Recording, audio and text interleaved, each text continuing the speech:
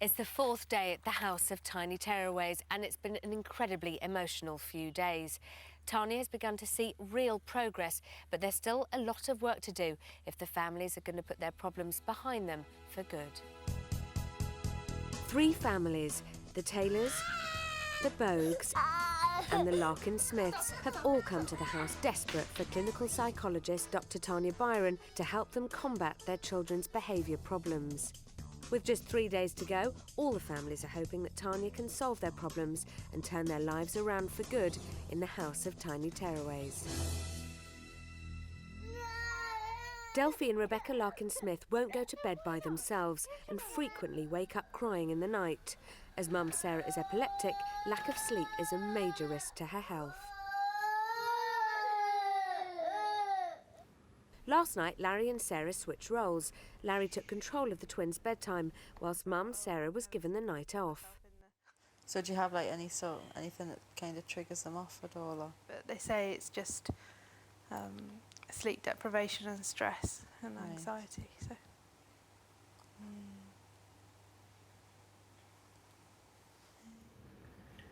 It's now the early hours of the morning, and mum Sarah is sleeping separately in another room. The twins have been asleep for 3 hours and 26 minutes.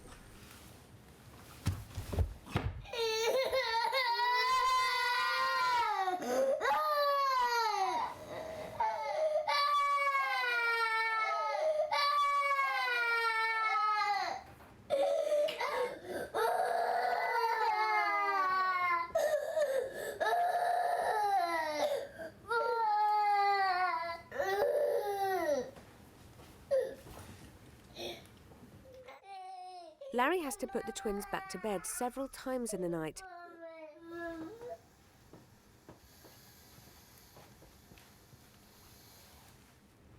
And it's taken 44 minutes to settle them.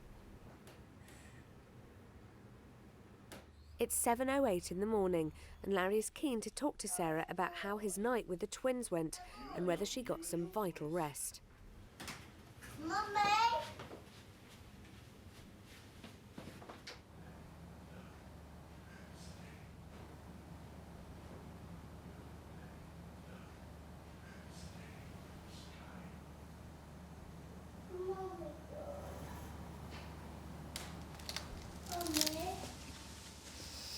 Oh, sorry, we'll come back then. Oh? How'd it go? Have you no idea how it went? No. Well, it's an all-nighter 3 times that week. Mummy! Yeah. Did you sleep okay? Yeah. Who wants some juice? Come on, guys, come on.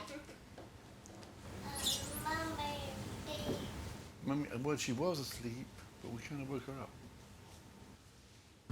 Mummy. She's on. She's on. Who's got? Oh, this could be Mummy now. Come on. No. Let's just put your microphone on. Come on, little one. You're happy today, aren't you? No. That's not the thing to do. No. What? No. Rebecca, please. Be Come assertive, on. Mum. Be assertive. Larry, shut up.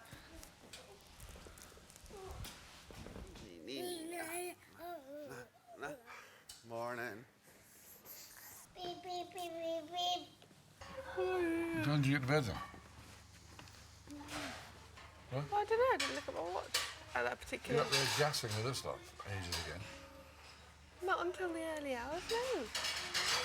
That defeats the whole point of me doing what I was doing. I had to go to bed at 9 o'clock. What time I went to bed? Yes, Oh, come on. it was. Good night's sleep. Yeah, I did. Had a great night's sleep. I'm making some coffee and going back to the room. No. Madhouse. Larry Larry Larkin-Smith, he took control of sleep training of his two daughters, Rebecca and Delphi, who we should remember at home have only let their parents sleep through the night, I think, twice since they've been born. How did he do? I mean, I have to say, good for Larry. I mean, he is now yawning his head off, exhausted, saying, I'm fading fast. But I think he's very pleased with himself, which is great. At home, Sarah does most of the work, I think, with the children, and they've admitted that. But of course, she has epilepsy, so they're very worried about her sleep deprivation. So you said last night, go into a separate room.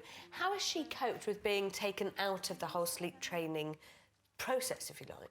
I actually think she's finding it quite hard. Do you? I do. I don't know why, but there is no real sense of celebration between the two of them. It's almost as if it might be quite hard for Sarah to suddenly see that the girls didn't need her to be there in the way that maybe she always thought they did. Now, I can understand that, and I think that for Sarah, who had a very, very traumatic pregnancy, a very traumatic birth, and a very traumatic immediate post-birth period where she almost lost both of her girls, and then one had a major operation and had a lot of their bowel removed and so on and so on, I think she has real attachment issues with her daughters, and that's why partly we've had this sleep problem where she's been sleeping on the floor. Okay. How then are you going to deal with the sleep training tonight? Are you keen for Sarah to sleep again by herself, or will you let her take part in it? I think she should take part in it tonight because she is the one, I think, that the girls recognise as more of a soft touch. So now they know that Dad means business. I mean, they didn't make the same kind of fuss with him that they do with Sarah, and that's because they associate her much more with sleep, so she definitely needs to be part of it tonight.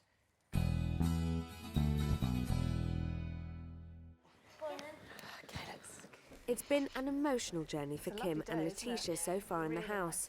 Tanya has invited Mum Kim for a chat to find out how she's coping. So, Mum Kim arrived 4 days ago in dire need of Tanya's help with her 3.5-year-old daughter Letitia's violent tantrums. how are you feeling towards her at the moment? Everything that I'm seeing is good because she hasn't had the tantrums. You know, I mean, the screaming last night, I thought I would just think to myself, how long is it going to carry on for? And she was just stopping. You know, normally that had gone for hours. I think Letitia, now that she's getting this emotional connection with you, I think any separation is quite hard for her, even nighttime. So you're going to have to just be very gentle and gradual in that. She's going to be quite a big project, really. You're going to have to invest a lot of time in her, but I think the end result, well, you're already seeing that. Yeah. I think you're feeling quite stressed by the progress you've made. I think it's freaking you out slightly. It is, isn't it? What are you the most worried about? Just that it's all going to Fall apart. I can see that. This is what's going on for you, isn't it? Rather than going, yeah, I can do it, you're thinking, oh my goodness me, what if I can't? What if I can't? Yeah. And why do you think, what? I don't know, I can just... That's all I can think is, what if I can't do it anymore? I mean, she is draining me, but like I said, it's gonna like this is about to happen. But I'm like, what when I get home? Am I still gonna be able to do it? I think you're starting to panic about leaving. Because like, what if it all goes wrong? Suddenly it's Wednesday, and we're halfway through, and you're scared that you'll go back and start to feel sad again. Oh, babe. I feel right. Every time they see me, I'll be crying. If you believe in yourself as a mother, and if you believe in the relationship you have with your daughter, even if she's draining, that self-belief stays with you wherever you go, whether you're in this house, whether you're in the middle of a supermarket, wherever you are, you're still the same person. Yeah. I'm going to send you out today. Yep. But I'm going to send you out to a place which is probably your nightmare scenario. I'm going to send you and the two kids to a supermarket to do a shop for the whole house. I'm like, oh my God. Yeah, supermarkets. God, I go on my own. And then to cook everybody's supper. And then to serve supper, get all the kids there, get all the parents there, and then get Letitia in bed by 7:30. Right. God. Are you all right? Are you fit? You're looking anxious. Yeah, because I'm like, As your hope heart. I can manage this shopping. Be creative and spontaneous and on the spot and distract her. If people are looking at you, who cares? You're never going to see them again. If she starts to have a massive tantrum, say to her, Letitia, stop it, and then I will talk to you. Yep. Now, what I need to do is I need to ask you just to go and sit somewhere quietly, maybe in your room. I need you to psych yourself up. If you really don't think you can do it and you're not ready, we'll cancel it. Right, yeah. All right, darling. Yep. See you in a bit. OK.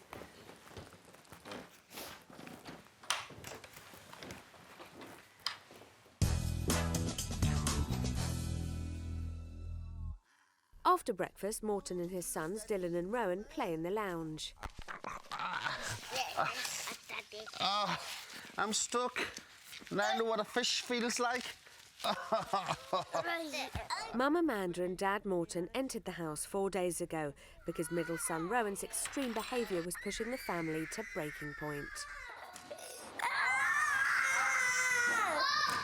Yesterday, Tanya told them both to be much more assertive with all three of their sons, Dylan, Rowan and Arlen, when they're misbehaving. Yay! No, I got you. Careful. No, okay. You don't want it on. But don't put it in other people if you can't handle having it on. No.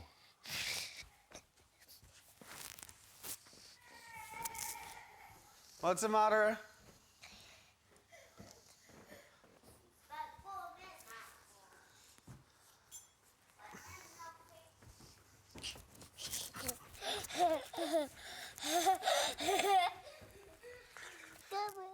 I'm gonna get ya.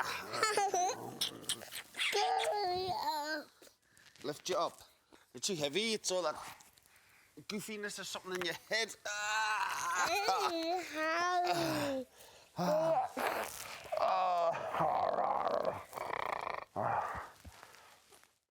It's been 15 minutes since Kim left her consultation with Tanya.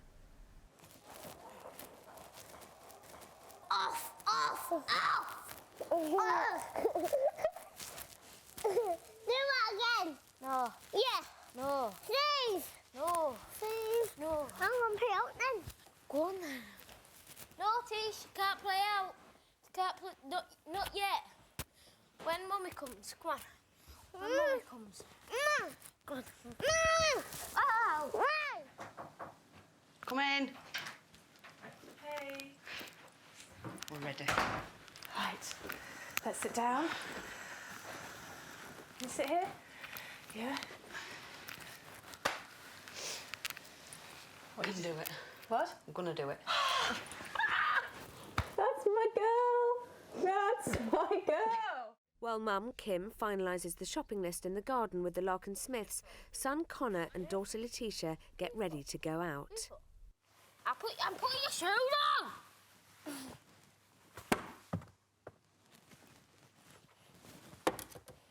I'm going to tell Mum. I'm going to tell Mum. Mum! She won't put shoes on. Letitia, go inside and put your trainers on because we're going out soon. Letitia, go now and put your trainers on. Thank you. Put your shoes on. What? You've got it on your wrong foot. Put it on the other foot. Wrong foot. What? Well, what is wrong with you helping her? You could see I was busy out there. I could not... pardon. Come on, quick, because we'll miss this car. It's going to come for us, quick. I'll do this one, then you can... No, you're not going to kick me. You're not going to kick me. Right, well, you don't go, then. See you later. Come on, Connor. No. Well, let me put the trainers on for you. I'm putting them. That is the wrong foot. Tanya decides to chat to Kim before she goes.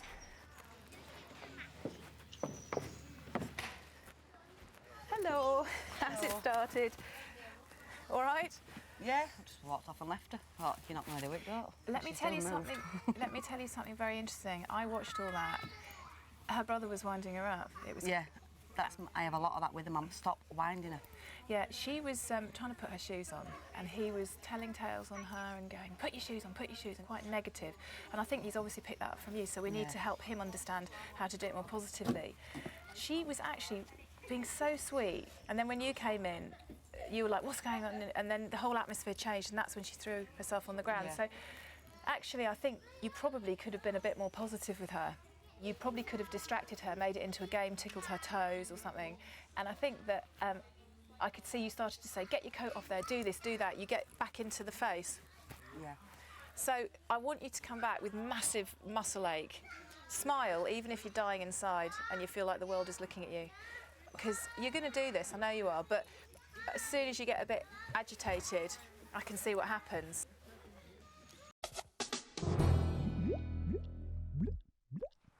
Okay, Delphi, let go.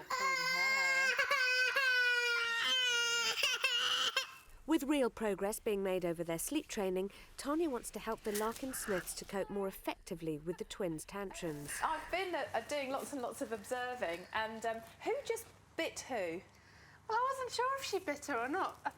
I wondered why she suddenly cried. I think Rebecca must have bit Delphi, but Delphi pulled her hair. Right. As Sarah is the one who normally deals with the twins at home, she's asked Larry to take a back seat and let Sarah take charge. Tanya's keen to observe how Sarah normally copes if the girls play up, so she's taken in a buggy for the girls to play with. Come over here.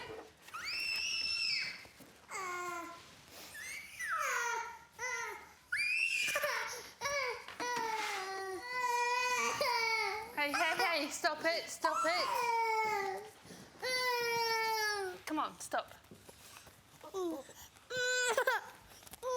Come on, you can both play with it. No. Look at that! Look at that!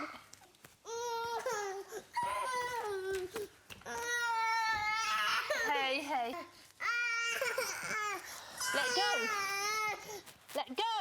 Let go. Rebecca, right. What do you say? Rebecca, what do you say? Right.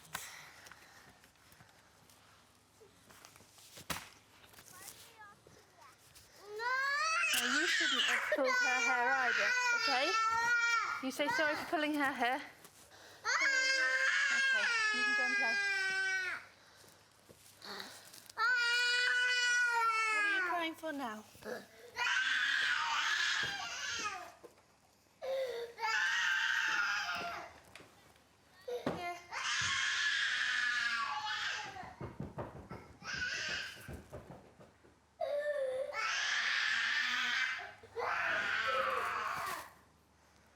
You're going to stay there crying? No. What's going to happen then?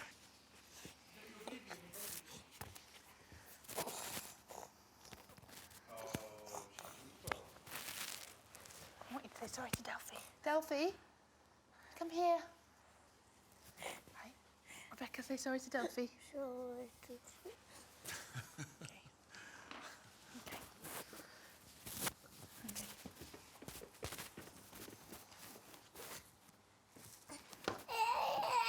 Okay, you can both play with it and both share. You can both play. No, Rebecca.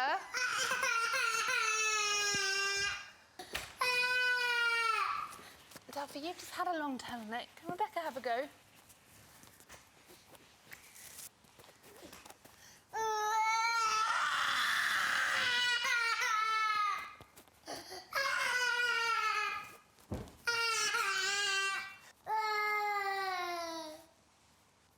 Relax. That's quite stressful. You were stressed. No, it's horrible, isn't it? Yeah, well, what fascinated me there, and the reason I didn't stop it, is because you did get them to say sorry, which was lovely, and there was a kiss and a cuddle, which was lovely, and then what happened 30 seconds later?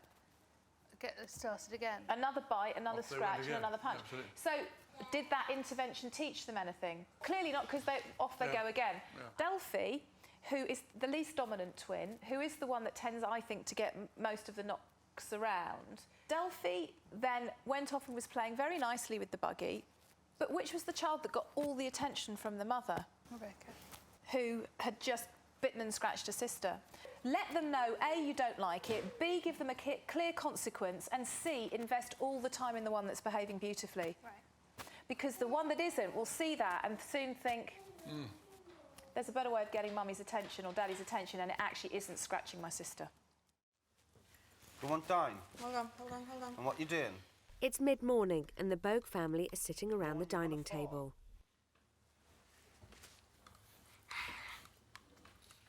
It's climbing. You can't, but your mummy will probably take the wrists off you. Don't you eat my biscuit, that's mine. Rowan, No, and Daddy have you've it. had yoghurt. Daddy have it, please. That mine, give That's back. mummy's food. Push. Please. Push and try it. Here you go. How are the Bogues doing today with their 3 boys? Morton has a very, very difficult childhood himself. He is terrified of his anger. He is terrified that he could do something to his sons. So he doesn't do anger, but he's always policing their anger because he's then terrified that they're going to be angry boys in the same way that he feels he is. But you've got to show them what anger is about, because if children grow up in an atmosphere where they don't understand anger as a natural emotion, how on earth do they then learn to deal with their own rage? And that, I think, is what's happening with Rowan. What do you want? Come tell me what you want. Okay, if you hit me once more, Ron, I'm going to move away from you, okay? It's not acceptable. Can I just watch this with Rowan? Do you mind if we watch this? No. Don't hit me. 1, 2. Can you see how he looks quite anxious though? Yeah. Once Rowan starts going off, Morton starts to get very agitated. Yeah, his whole face went taut. And he's really watching him, can you see? Right. Rowan.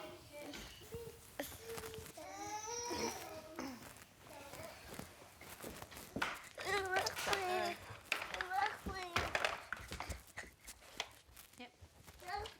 No, you're not hitting mummy over and over. You sit down. You want to come and give mummy a cuddle and apologise for hitting me? Or even just a cuddle? Amanda, though, needs to kind of toughen up a bit. Come on. I'm going to go down and just... Okay. All right?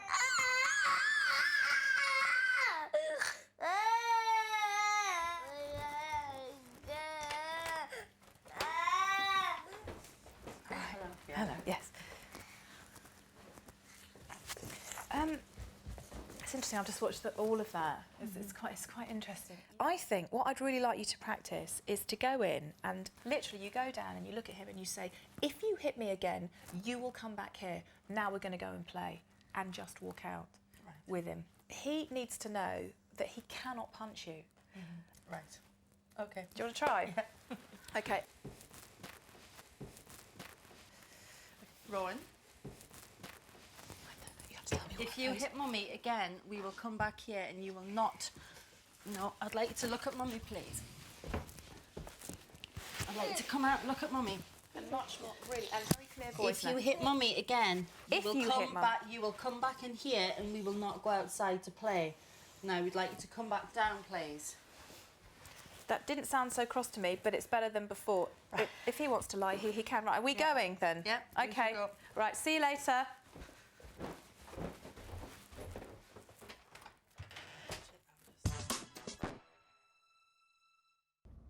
Kim hasn't taken Letitia shopping with her for over 6 months due to her disruptive behaviour. Tanya wants Kim to use her new parenting skills to turn shopping from an ordeal to a fun activity. She's asked Kim to cook a meal for the whole house this evening. Connor will prepare dessert. I think I'm going to do this. I don't like going shopping with Letitia. I've got ways now that, fingers crossed, are going to work and she's not going to have a tantrum, so we'll see. Come on, then, we're going to go find these for the shopping. Mum, sniff It's up. the way. I want them. This way. Come on. What? That's plates. Want to sing a song? No. Letitia, stop. You're going to squash everything. No.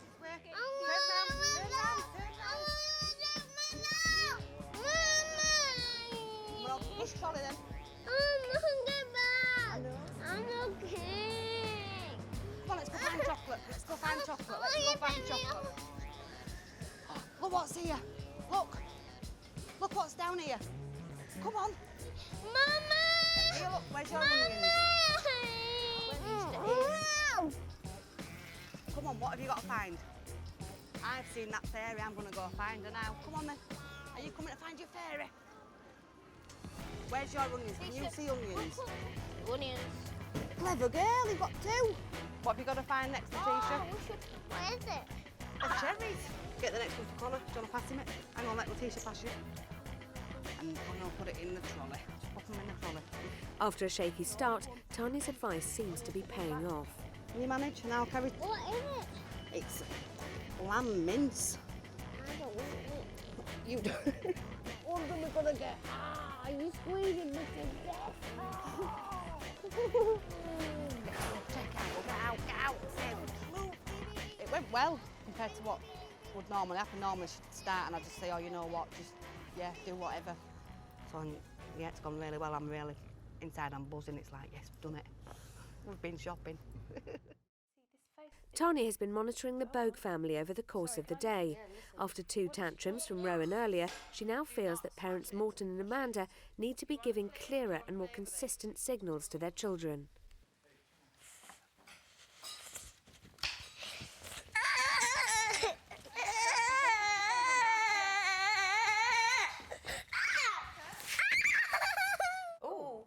I think I might go into this. I think I might go into this. Can I just go? Yes, off you go. Stay, I won't be safe. Right, take this out. Go down the bottom, please, and play. If you want to play with this, go down. Right, Rowan, do not hit Mummy. If you hit Mummy again, you'll go to the bedroom. Right.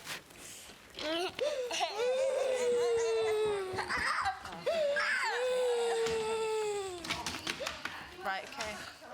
No. No. We're not breaking stuff. Go down.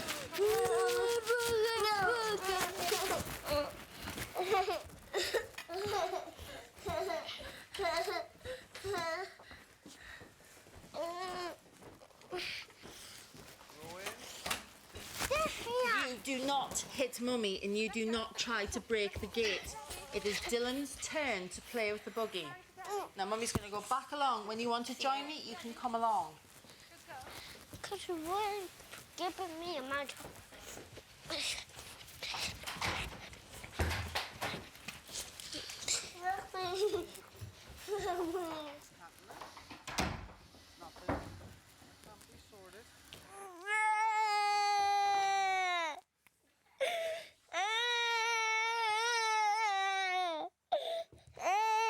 Obviously, it's anything to get your attention.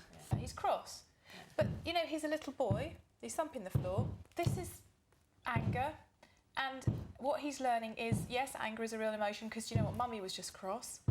But in a minute, it'll be over and he'll go back out.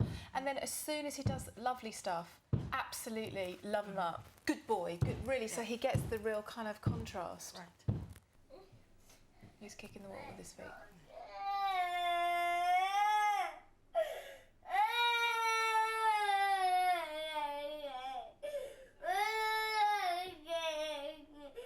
The less you say and the more efficient you are with, right, you scratched your brother, no.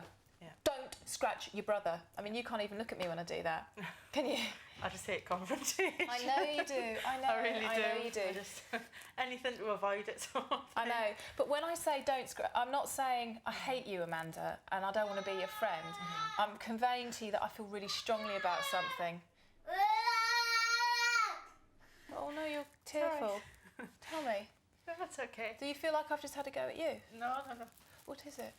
It's just the whole, like they say, the confrontation thing, which I know is stupid, but it's like, it just feels like fighting all the time, and that's the real thing I hate. Yeah. You know, so.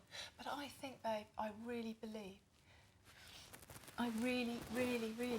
that if you showed your boys that you were cross, but really showed them that you were cross, they would listen to you and it would stop much more quickly.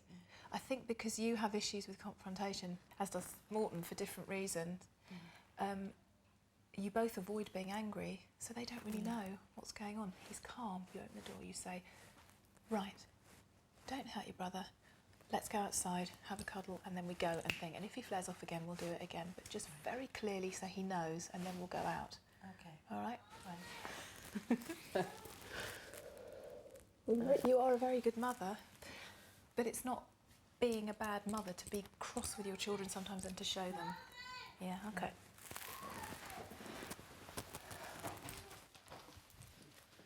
Right.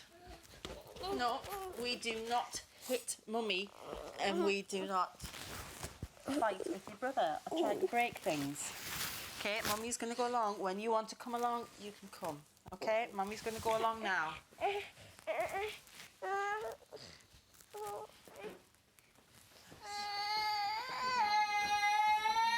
He'll just come out when it's ready.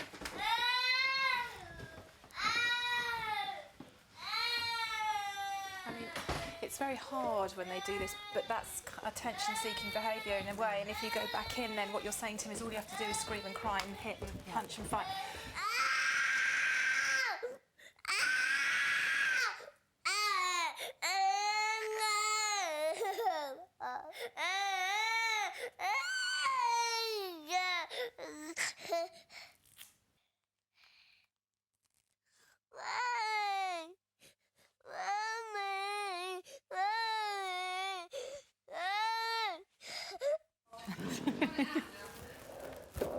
Do you think I'm turning you into a monster? Is that what it feels like? A bit. I guess it's just kind of what I try not to be, if you know what I mean. Mommy. I think it's just I try to, because Morton's kind of been the angry one in the relationship, I've always tried to be the opposite side, and so I find it like almost, you know, I feel guilty when I do it because I think there should almost be someone kind of balance in it. Yeah. Well, I think it's got to become more equal, but I think you and Morton need to talk about that. Mommy. Mommy. Mommy.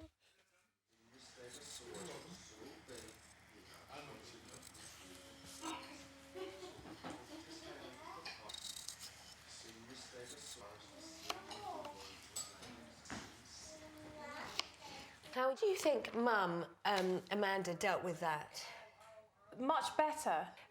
Cleaner, clearer consequence, less chat, much more assertive. Left in the room to chill out, he came out. Little bit of but he's now gone over to his dad, who's just giving him lots of positive attention, and now it's all over and he's sitting next to his brother. This is a much more efficient way, I think, of dealing with Rowan's anger, much more efficient way. I would have liked, when Rowan to have entered the room, for his mum to go, hello, how are you? They need to up the energy a bit.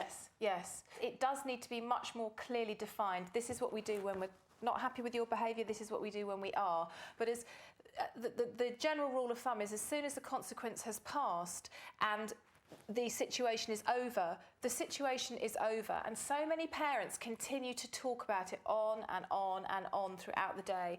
Now you see, he should be told, what a good boy you are. Come here, darling, let's have a cuddle. Really kind of crank it up so he's thinking, oh, hold on, this makes some more sense. I'd like being well behaved. It's Wednesday, and all these children who have been behaving quite well have all decided to kick off. Thank goodness. Are you pleased or nervous about it? Well, thank goodness finally, but goodness me, kids, please, couldn't you have done it at least by Monday afternoon or even Tuesday morning, Wednesday? It's mid-afternoon and twin sisters Delphi and Rebecca Larkin-Smith are still playing with a pushchair that Tanya brought into the house. Now play together nicely. Earlier, Tanya gave Sarah and Larry pointers on how to deal more effectively with the twins' behaviour.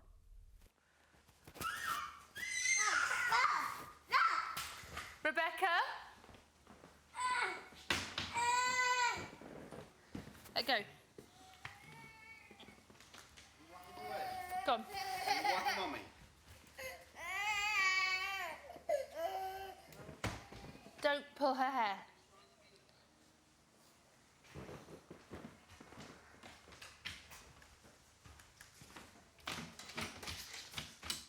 With white chocolate and brown. The Taylors have returned from their trip to the supermarket. Tanya is on hand to greet them and find out how things went. I'm cooking dessert. Come in, Tanya, come inside, come inside. I've got a cookbook. I know you've got a cookbook. Let's go sit on the sofa. How are you guys? I missed you. Hello. Have you been shopping? Have you? Come and show me what you've got. Come I'm and show... cooking something. Oh, you've got one of those. Wow. I'm cooking something squares. Something squares. Well, come and sit down. Let's have a chat. Wow. There's milk chocolate and stuff. Very nice. Hey, come and sit here. Tell me how it went. Fine, with a few little things, but... It went all right? Yeah, we dealt with it. So... What did I do with you? Do I say, I told you so? Do I shake you? Do I throw my arms around you? So, a positive experience? Yeah. So in terms of the self-doubt that you had this morning, a big wave of self-doubt, where you're going, I don't know if I can do this, what do you tell yourself now? Yeah, I can do it, and we've done it, so yeah, definitely. Congratulations. Congratulations. Is Mummy a star? Does Mummy deserve a kiss? You're going to give her a kiss? Perfect. Well done. While the Larkin-Smiths keep an eye on Dylan, Rowan and Arlen in the garden, Tanya runs through an exercise in the consultation room that will help the Bogues react more appropriately to their children's behaviour. First of all, once nicely, which is that kind of face, OK? Don't bite your brother. Do not bite your brother. Don't believe you. That's just like, do you want a cup of tea? Try again. I'm going to get you to both practice outside with the mirrors later, but go on. Go on. Do not bite your brother. Nice. That kind of made me think, OK, right, now I've really sunk my jaws into him. This is the firm one. Right. Do not bite your brother. Right. No. No. The key thing I want to say to you is that you are good parents, but you are incredibly frustrating. I mean, I've got some stuff to play you, but I actually feel like I want to start shouting at you because I want to say, for goodness sake, it's really simple. Let's have a look. Here we go. When you're ready to drink it, Rowan. Okay. Rowan, do you want the juice? Do you want the juice? Yeah. No, if you don't want it, just then.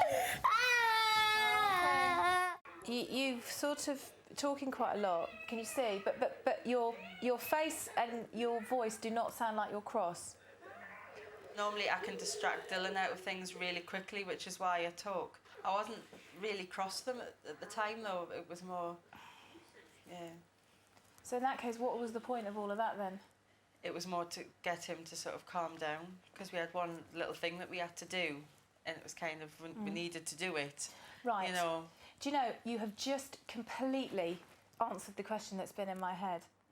You have just worked out exactly what the problem is. You two spend all your time trying to calm your children down, and therefore you're not effectively teaching them about their behaviour. It's all about calming them down. But you're not doing anything effective in terms of them learning because they keep doing it. If what you were doing was effective, eventually you'd see the behaviour reduce. I think emotionally you are absolutely exhausted. I think you're putting a brave face on this house.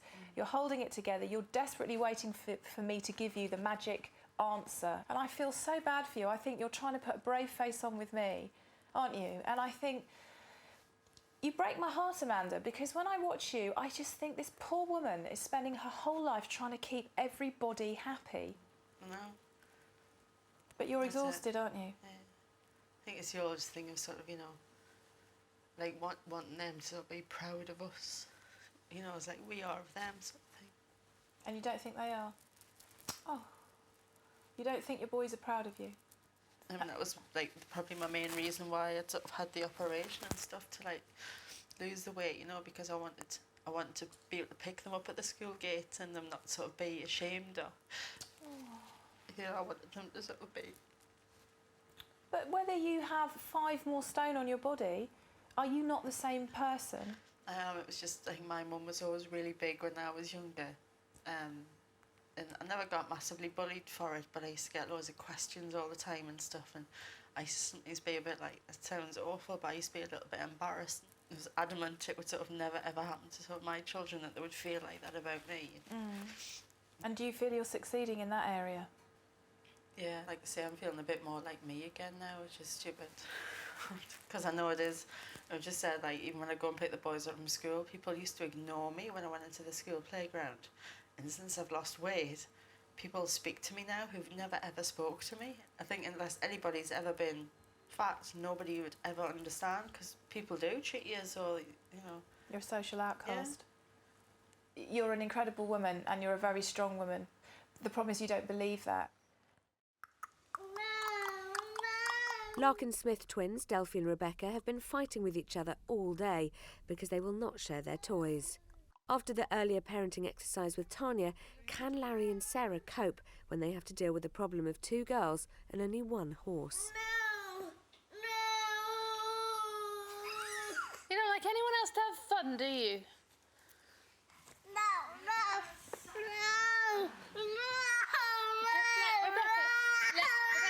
Let Delphi have a go on the horses.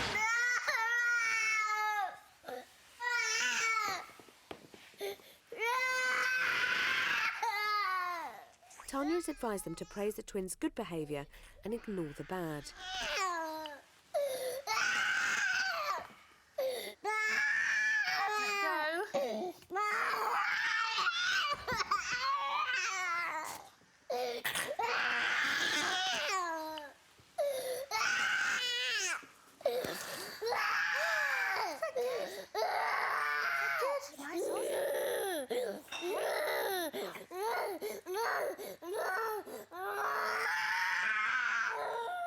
Can we get the table up in a minute so watch your water? Yeah, I thought it looked like it was moving.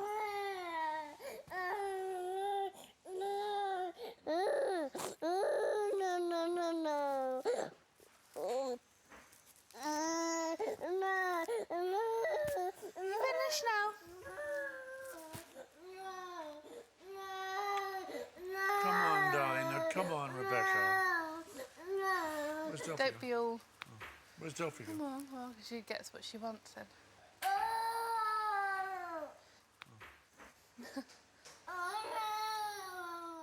Earlier today, Kim Taylor and her 2 children, 8-year-old Connor and 3.5-year-old Letitia, took a trip out to the supermarket to see how Kim would cope if Letitia had a tantrum away from the house. She chats to Amanda Bogue in the garden about how her day went. It's been a good experience because like, she hasn't been in the supermarket with me for, last October. Right. I have not taken her to a supermarket. Right. I get a babysitter and I go by myself on a night time. Right. And I'm literally just whizzing round. But I've seen more of Connor today that I've just not... I think out of the 2, he's the one that's got me wound up the most because he just kept having a constant go at her and I'm like, just give up. Yeah. Like sticking his tongue out at her and, you know, just... almost could have been a pest with her and I'm like, what is it with you? Did the PM, do you think, to rile her before you No, well, like, out of the 2 of you, I expected Letitia to be the worst, and it's you that has really... He's the one that's giving me the headache, because I'm like, you've just... Oh. It's almost bedtime, and Connor and Letitia are playing in the garden. Whoa! Go! That's your fault, not my fault. That's your fault. Cause you... Can't stop it.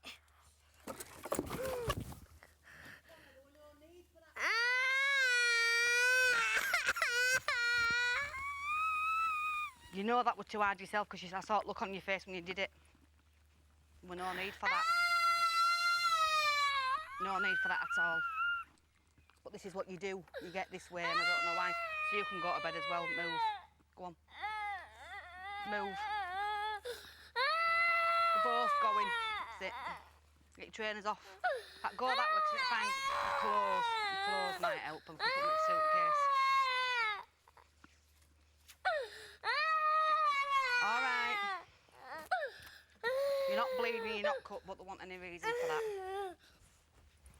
I'm not impressed with you at all today, Connor, whatsoever. You've just been a pest. Go on, go in.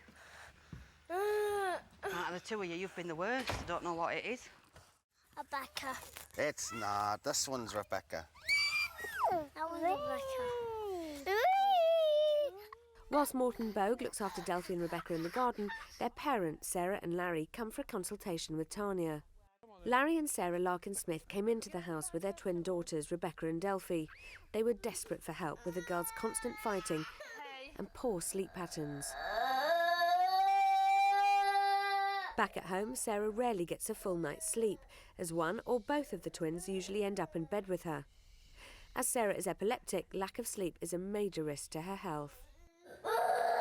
Last night, Larry took control of bedtime, giving Sarah the night off. After mastering the rapid return technique, Larry finally turned in for the night.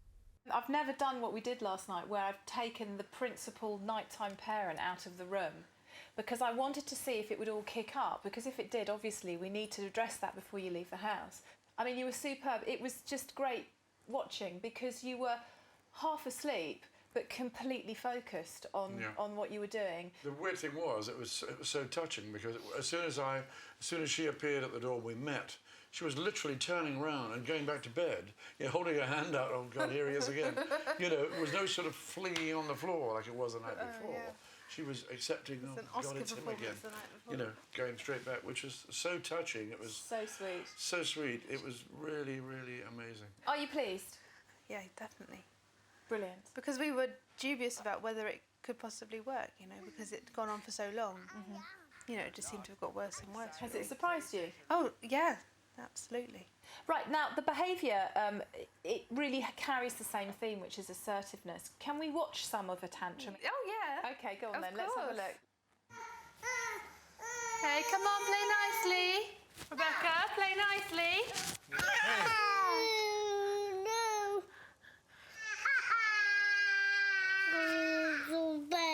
I know she bit you, and I'm trying to get her to say sorry. Say sorry for pulling her hair.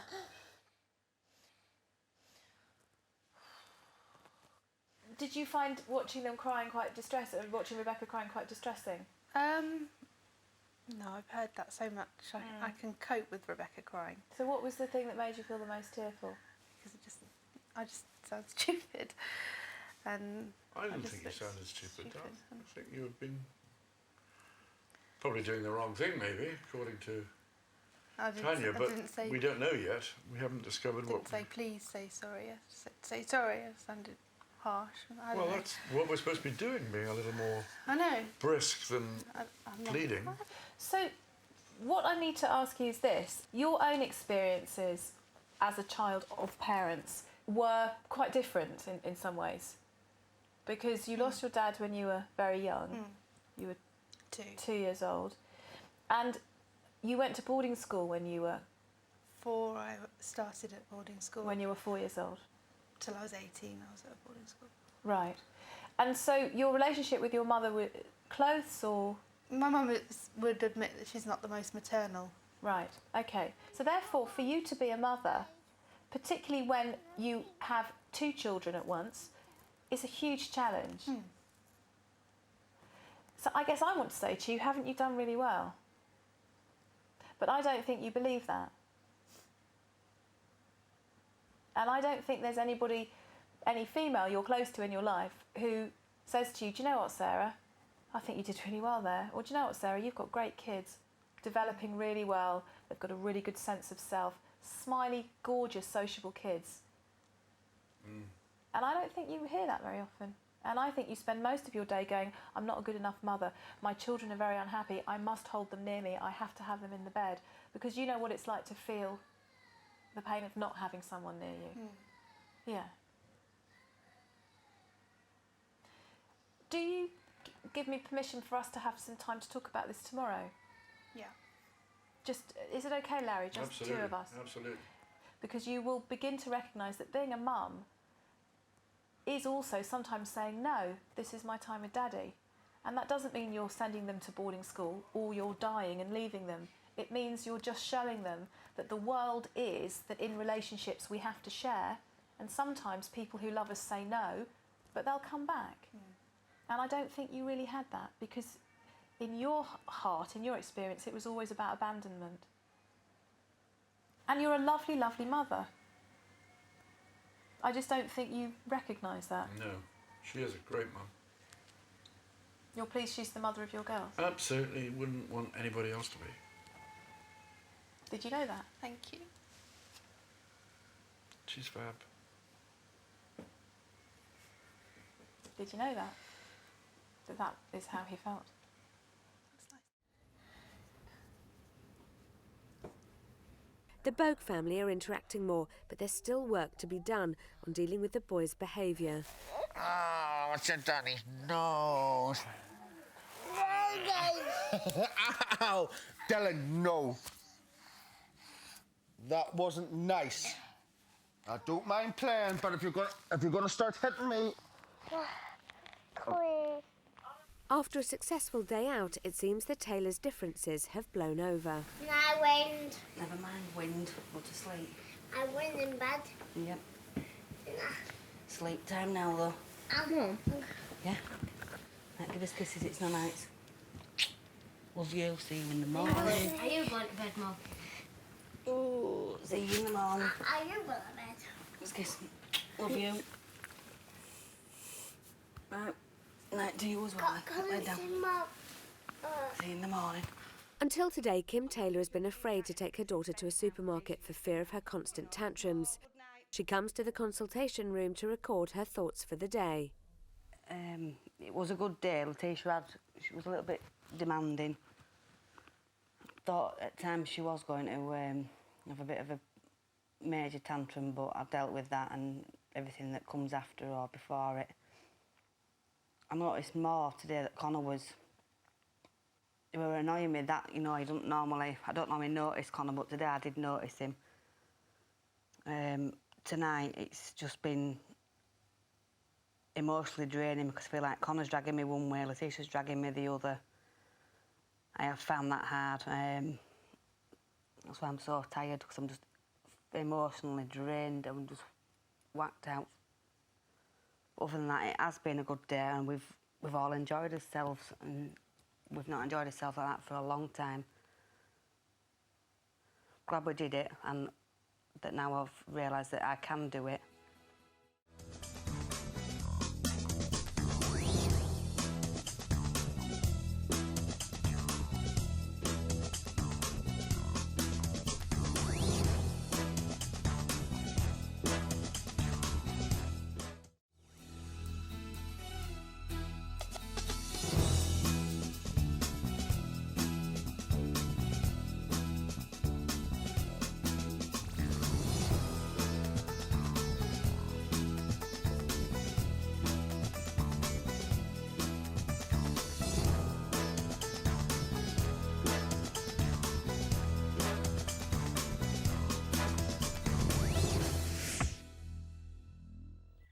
With the end in sight, today is Tanya's last full day with the families and her last chance to tackle their problems.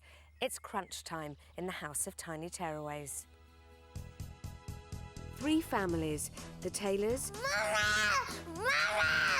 the Bogues and the Larkin Smiths have all come to the House of Tiny Tearaways, desperate for clinical psychologist Dr. Tanya Byron to help them combat their children's behaviour problems. With just one day to go, all the families are hoping that Tanya can solve their problems and turn their lives around for good in the House of Tiny Tearaways. It's Thursday morning and the families are still asleep, except for 3.5-year-old Letitia Taylor.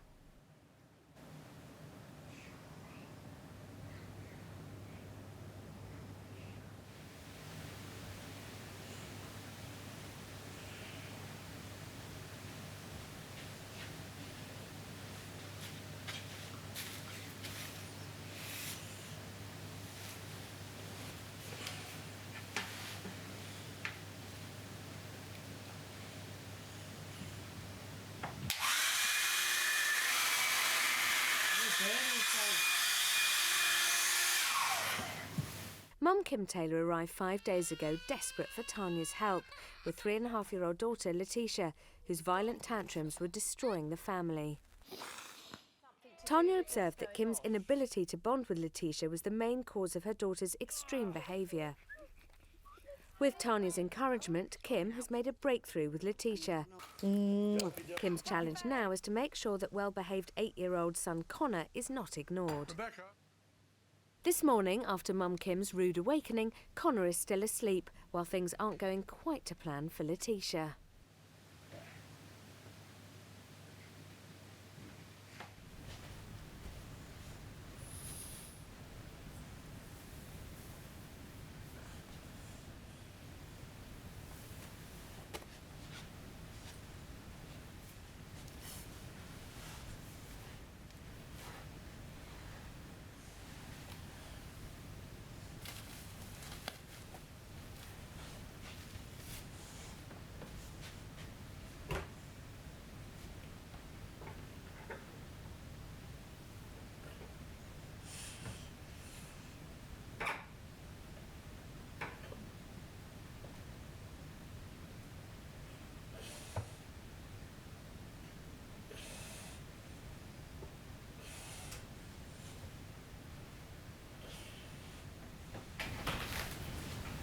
Boo. Don't let out. What are you doing now? Get your vest off the back of that chair.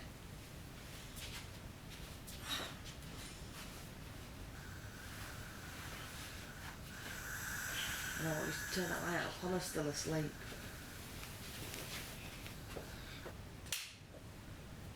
Come out now.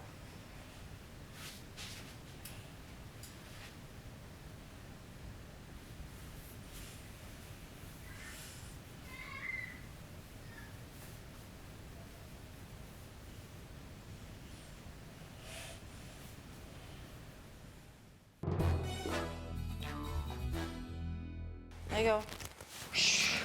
It's 8 o'clock and the Bogue family are in the lounge. Right, Mummy's getting you a cup of tea.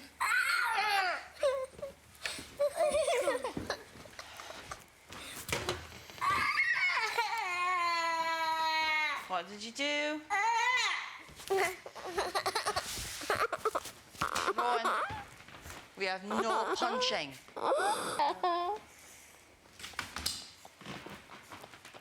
Amanda and Morton Bogue came to the house desperate for help with middle son Rowan's behaviour. Tanya has since observed that Dad Morton's fear of his own anger and Mum Amanda's inability to face confrontation is affecting Rowan, along with them parenting him in the same way as their mildly autistic son Dylan. Yesterday, Tanya told them that they should make their emotions clear and keep their actions firm during Rowan's tantrums. Do not bite your brother. Nice. Thank you.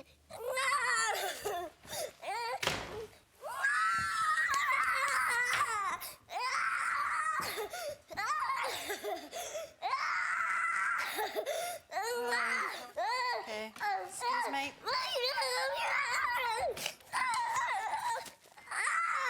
Do not hit Mummy.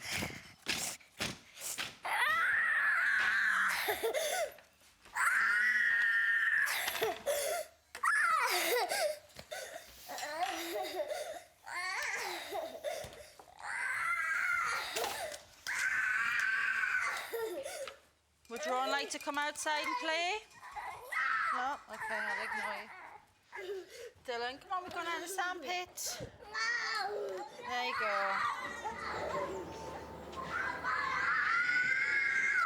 Right. That's good, isn't it? Yeah? Is that good? You filled all up? Do not hit Mummy. If you hit Mummy again, you will go to your bedroom. You've already had one warning. Wow, did that dump out? Yeah? Right, okay. You've got your room, please. You do not hit Mummy. Toast. You want out?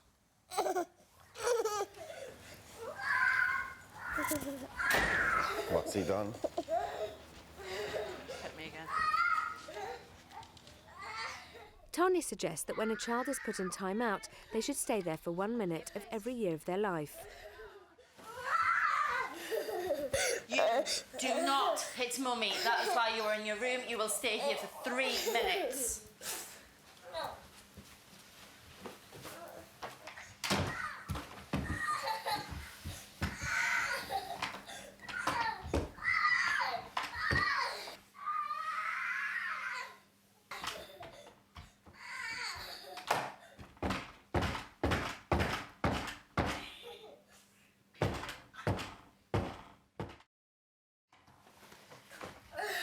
You are in here because you hit Mummy. You do not hit Mummy.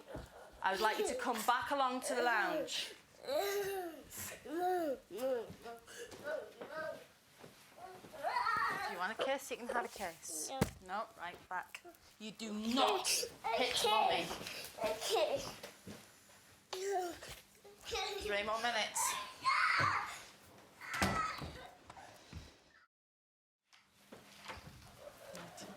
You are in here because you hit Mummy and you do not hit people.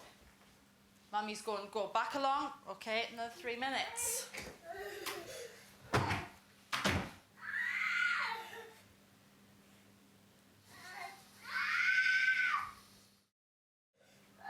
3 timeouts later, Rowan's tantrum is beginning to calm down. You were in here because you hurt Mummy and you hit Mummy. You do not hit people. I'd like you to join me when you're ready.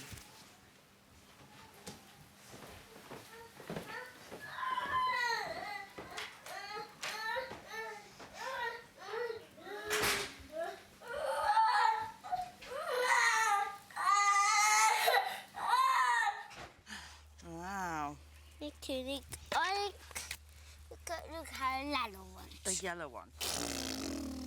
Then a big digger. Hello. Hello. Hello.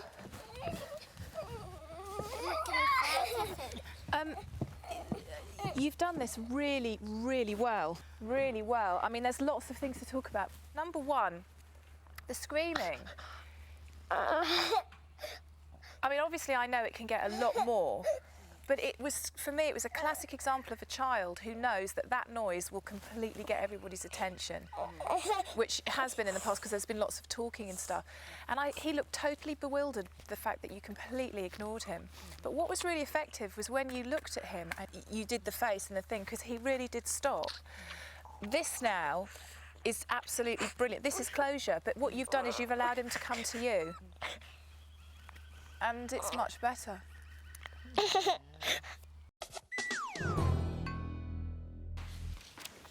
Yes, I have. Where's the girls? Pardon? Where's the girls? Oh, they're up there. Don't know, don't care. Eesh. When they let me have a night's sleep, I'll start caring. It's all that, isn't it? When No, let go. Let go. Let go.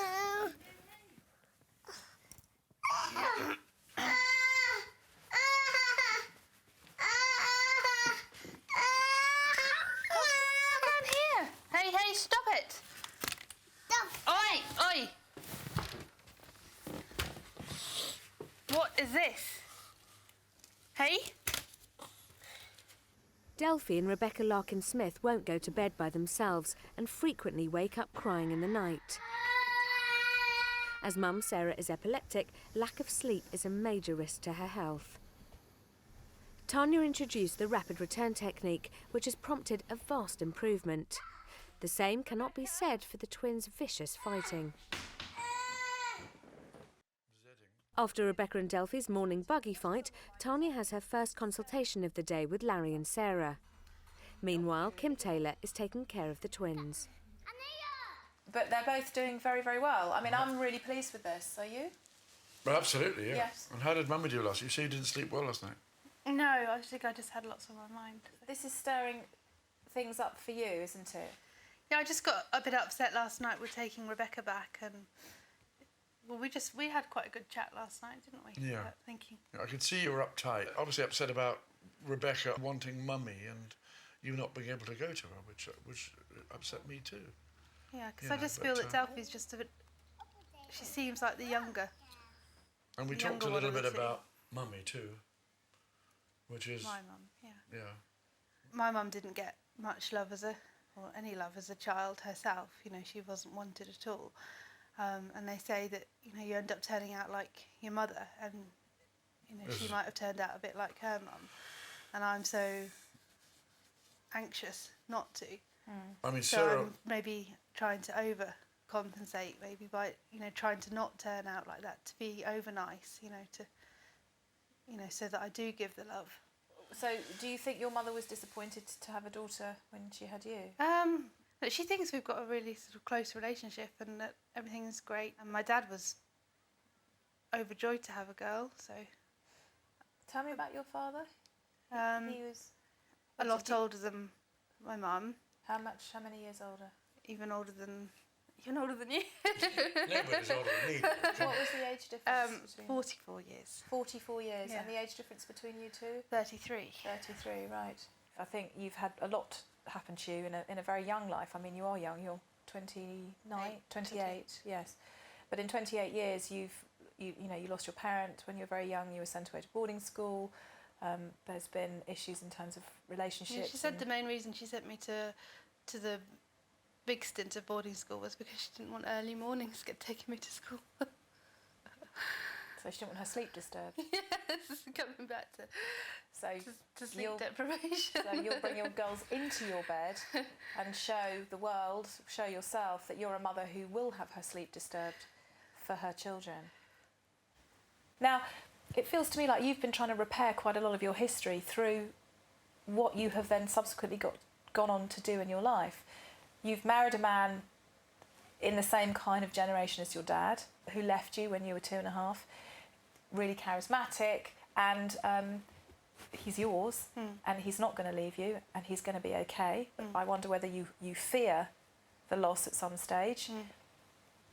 Then you have had your girls, and not one, but 2, so you're really challenged, and you're going to show the world that you can stop this cycle of what happens to women in your family, and that your girls can be loved up to the point that even if they want to disturb your sleep, they can, because you know what it's like. You know the consequence of a parent who says, you can't disturb my sleep, and that is to be sent away at a very young age on your own.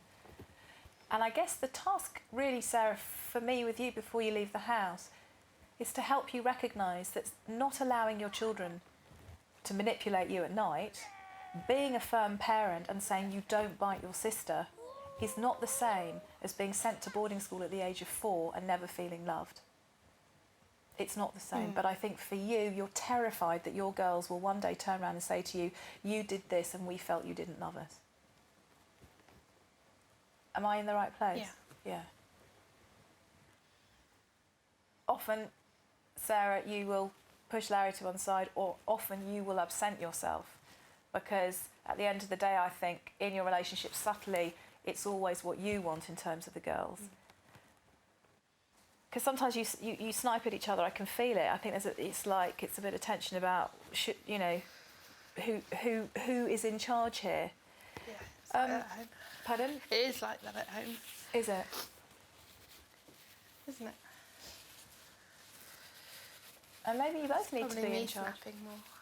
You snapping more. It's probably me snapping more. And then there's an atmosphere between the two of you, which of course kids pick up on. And if there's a tense atmosphere in a family, the first thing to go is a child's behaviour. Yeah. So then the whole cycle sort of perpetuates itself. I'm looking at a family who, in terms of family functioning, is brilliant. A fantastic, loving family. What we are seeing in terms of behaviour problems are 2 little girls who are used to getting their own way at night and during the day. So we have to boot up assertiveness, boot up and ignoring, and boot up attention to child that's behaving well. And you, missus, when you can behave better, you can join the party. Yeah? Yeah.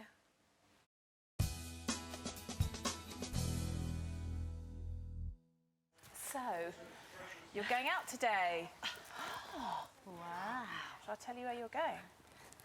You're going to go to a massive theme park. We've never ever been to a theme park because of Dylan, so it'll be good Well, to see today, because, That's kind of why I've done it. I hope that's all right. No, that's fine. I mean, what I would prefer, if possible, is if you could stay together at all times rather than separate them.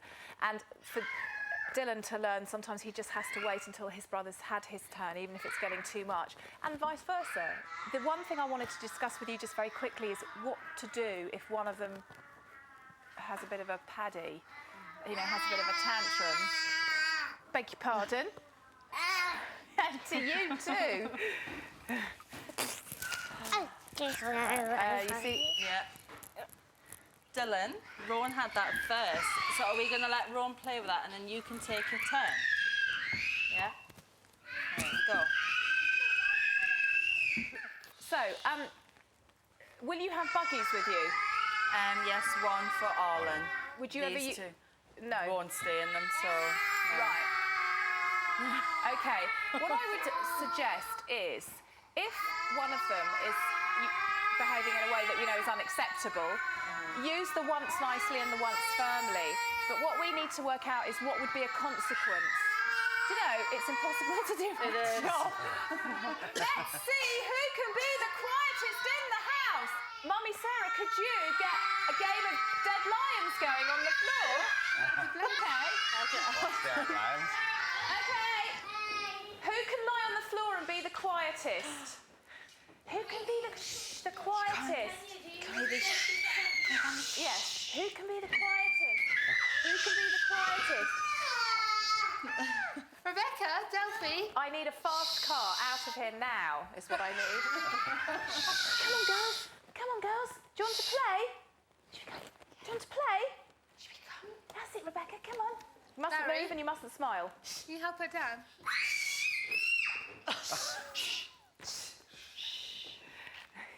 Good girl, Rebecca. Come on then. Good girl. Are you going to come, Delphi? Good boy. Woo! Right. Okay, here we go. Back we go. So, theme park been avoided because two boys with different needs. Here you have the opportunity to try and work together. I'm feeling quite anxious. I've got to get this out really quickly before the whole thing goes off again. Shh. Right, because it's behaviour training, it's going to take time for them to learn that they don't get attention. I saw something really interesting with Rowan this morning. He was really watching you, because what was fascinating was that he was standing in front of you, literally just going, ah!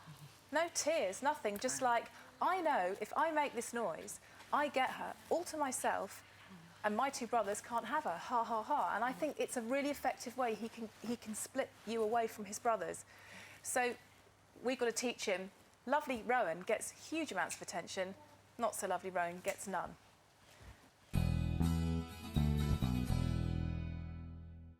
Why have the Bogues gone out today?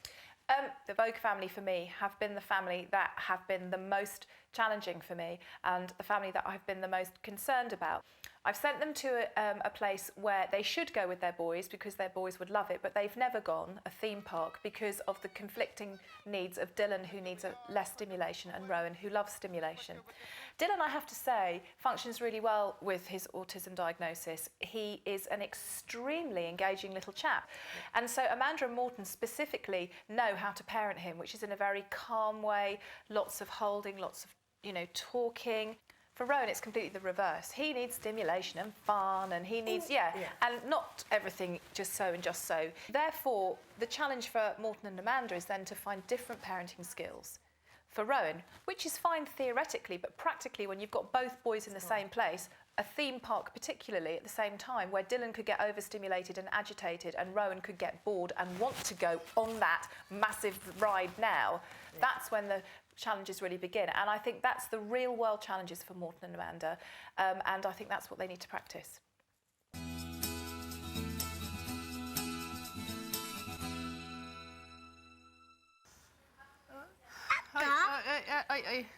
That's them? No, it's Mummy's. Don't stop. Mummy's out. She wants to take my ice out of my drink. She wants to just take the ice out of the drink. And I'm just trying to cool the water down with it, so I don't want her to. I've got a raging headache and I'd want to... So hot. No, I'm going to go and have some. Do you want to come outside with me? Would you like to go and play outside? Yes, you are. Come on. Come on. While the Larkin-Smiths look after Connor and Letitia, Tanya is having a consultation with Kim. I suppose the first thing I want to say is that it's Thursday and we're coming up to our last day in the house. How do you feel about that? Fine, because I know I can cope with it now, so I know I can do it. Something's changed inside you. I think because, when she's had her tantrums, I've dealt with them and they've just stopped. So now I've done that by myself. I don't need anybody to stand there and say, this, that and other. So yeah, I know that when we go home, it's still going to be the same. I think you're quite sad to be leaving this house and you're going to find it hard to say goodbye. Because there's all been this support. Oh, And that's what I don't... Not that I ain't got support at home, but I don't think I ain't got the right support. I lost my best friend. You lost your best friend? Yeah, she's been dead just over a year now. What was her name? Bonetta. She died of cancer. I was just going to go visit her that day as well. She died in the morning. Did you know she was going to die? No, I mean, we all knew she was poorly. She'd been in remission and then it came back and it spread and she was in, the hospice and everything, and she went home for Christmas, but she said she didn't tell me on the phone when I spoke to her, but she told her neighbour that I've had enough now. I mean, she'd battled for 8 years.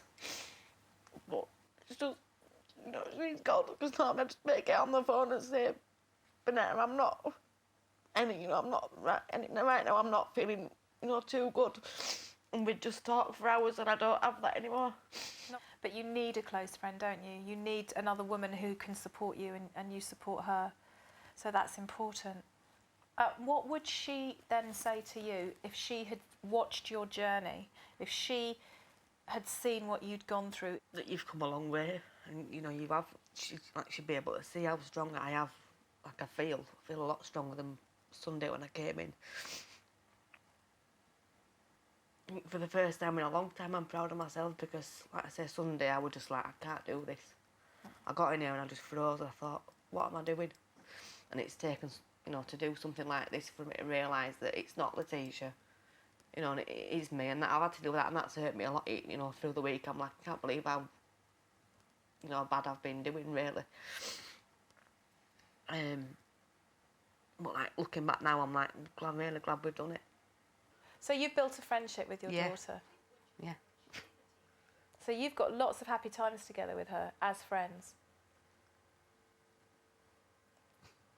Isn't that great? And it makes you feel...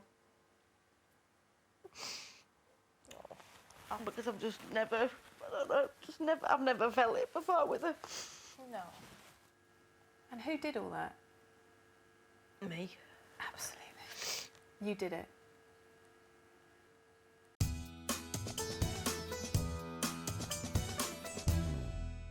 That was quite a consultation with Kim Taylor, wasn't it? How hard was it for you?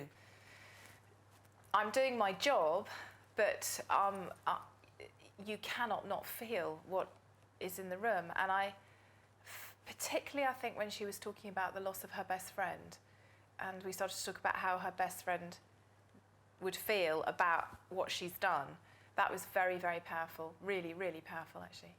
How has her losing her best friend, how has that affected the way that she parents her daughter Letitia, who she came in here with quite a difficult relationship with? It's not just losing her best friend, it's all the other issues that Kim has had to deal with in her life and all the emotional baggage that she carries. Letitia, I think, has shown very clearly how her behaviour is very, very directly related to her mother's emotional state. What we generally see, and we've seen a lot of in the house, are children who have tantrums because behaviourally they're not being managed very well. There aren't clear boundaries and there aren't clear consequences. Therefore, with those children, the parent needs to be very, very firm. If you do that again, you will go to your room. Very, very clear, but relatively emotionless on their face, so they don't give attention to the tantrum. The Letitia-type tantrums are children who have parents who are depressed and who cannot show their child emotion. So the tantrum means something slightly different. It means, I need to get something out of you, mummy, that's why I'm screaming. So these children do need to see emotion on the parent's face in order to come out of the tantrum. I know she's only 3.5, but what would you say is going on inside Letitia's head? Mummy gives me emotion when I am not having a tantrum, so I will have less tantrums. It's not going through her head in that way, but her behaviour is showing us that she has processed that on at some level. I think what's also going on in her head is, this is a great house, I've had a great week, and do you know what, I really love my mum. And that is what should be going on in 3.5-year-old children's heads, really. The families are all leaving tomorrow. Are they ready? Kim Taylor, yes. The Larkin Smiths, yes. The Bogues, not sure. Need to hear how today has gone, need to see how they respond to today. So they're the ones that I guess I still feel I haven't quite got my head into enough to be able to say to you confidently, do you know what, Claude, tomorrow they'll be fine leaving as well.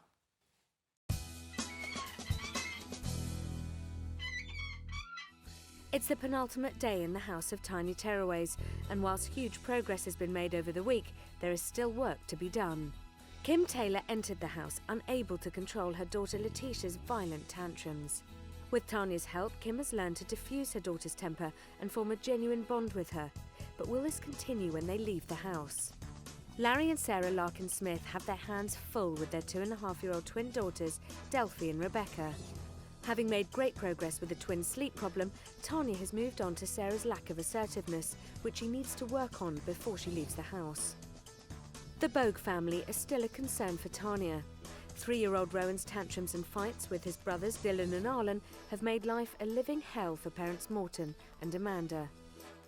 Tanya has encouraged both parents to be more forceful in dealing with the boy's behaviour, but with only one day left in the house, will Morton and Amanda be able to turn this behaviour around? Still to come. It's dinner time soon, Delphi.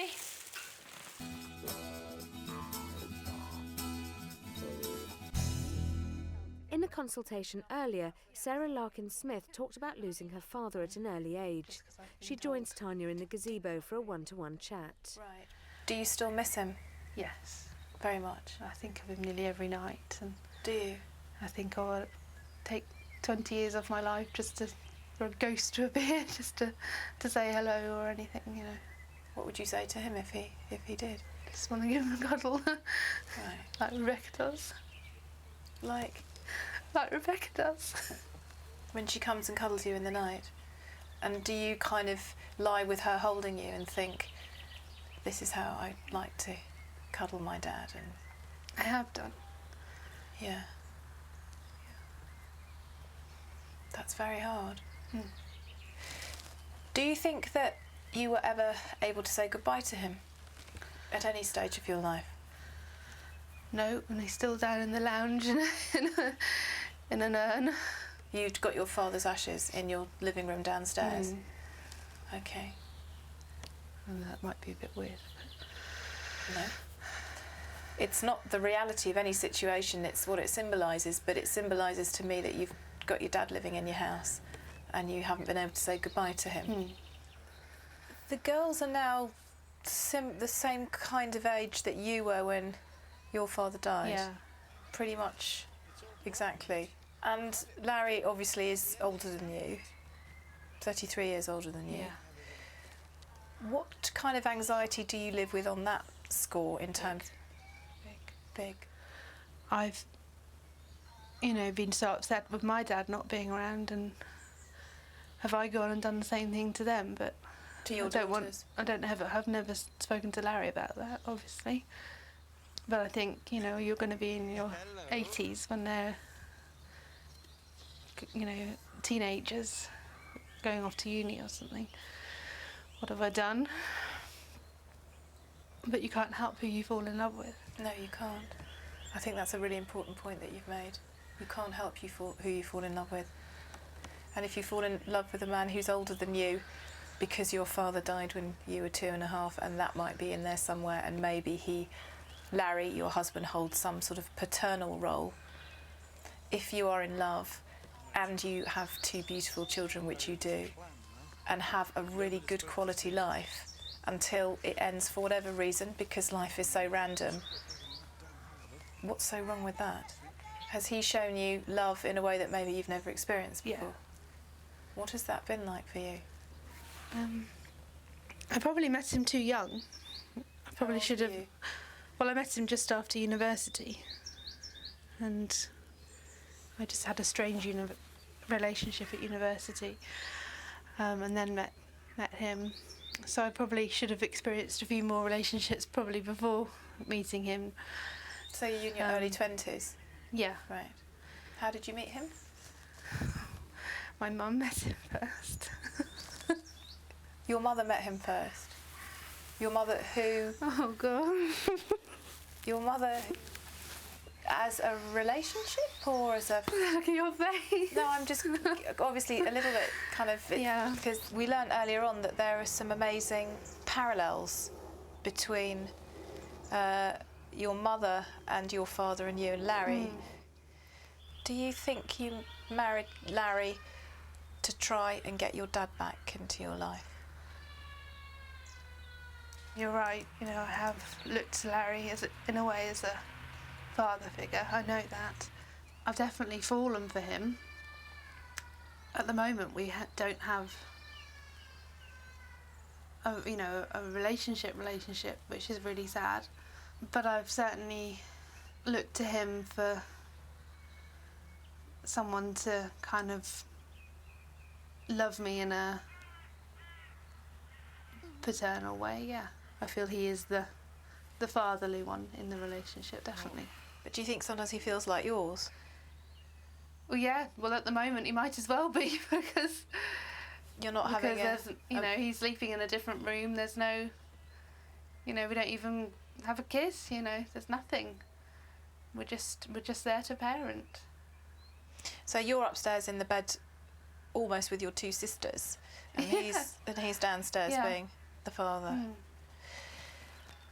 Moving that into the issues relation to your two girls, how far do you think that when there is a family where the boundaries between the relationships become blurred or become skewed, where people start to represent other people or symbolise other people, how far do you think that'll would have an impact on parenting, have an impact on children? Well, it's definitely having an impact because the girls don't know that it's supposed to be both of our beds. They say downstairs is Daddy's room, upstairs is Mummy's bed. Which is also theirs when they want to be in it. Yeah, but they do say it's my bed. They don't say it's their bed. You've shifted from being Larry's partner and lover and wife into being his friend and the mother of his children. But also what you've said is the dynamic in the family as that happened has shifted from Larry being your husband and Delphi and Rebecca's father to being the father of Delphi, Rebecca and Sarah. So now we have a situation where you're kind of going to bed with Sounds a bit messed up, doesn't it? Well, these things happen, but for me there's always something quite symbolic about why children can be in a parental bed, particularly when they push one parent out. In order for you and Larry to really be on track as a couple, I think you have to finally say goodbye to your dad. When a parent dies, if we are not able to grieve in a way that acknowledges the loss but also acknowledges that that person has gone, if we somehow keep them alive, it will mean that any other relationship we have will always be tainted by the spectre. And it is, you've said, the ghost that can come at night and put his arms around you. And really the man who should be putting his arms around you at night is your husband, not your father. By keeping him alive, well, at least there's Dad. But there isn't, and there hasn't been since you were the same age as the girls. And I think that's so painful for you to hear, but I think it's the truth. Oh, sweetheart, I'm going to have to move my chair. Move your chair. Oh, sweetheart.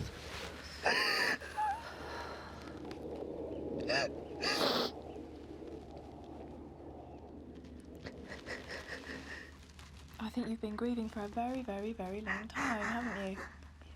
And I think you've been grieving in the hope that somehow it would one day bring him back. But I think your girls and your husband and your family would benefit greatly if you were able to say goodbye to your father. For you to look at your husband and say, you are my husband. And your girls, I think, will then sleep in their beds, stop ripping each other's hair out, stop biting chunks out of each other's arms, stop banging their heads against doors, because the whole emotional temperature in the house, in the family, feels real.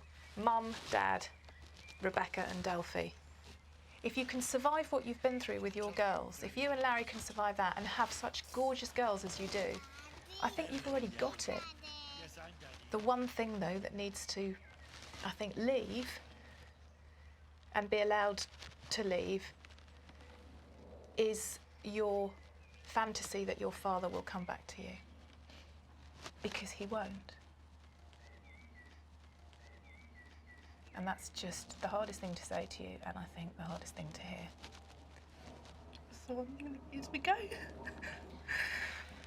You think it's the one thing that keeps you going, but you know... Yeah, you're right. No, I'm not. You're not wrong. You think it's the one thing that keeps you going, but the truth is the real things that keep you going are in that house. Yeah.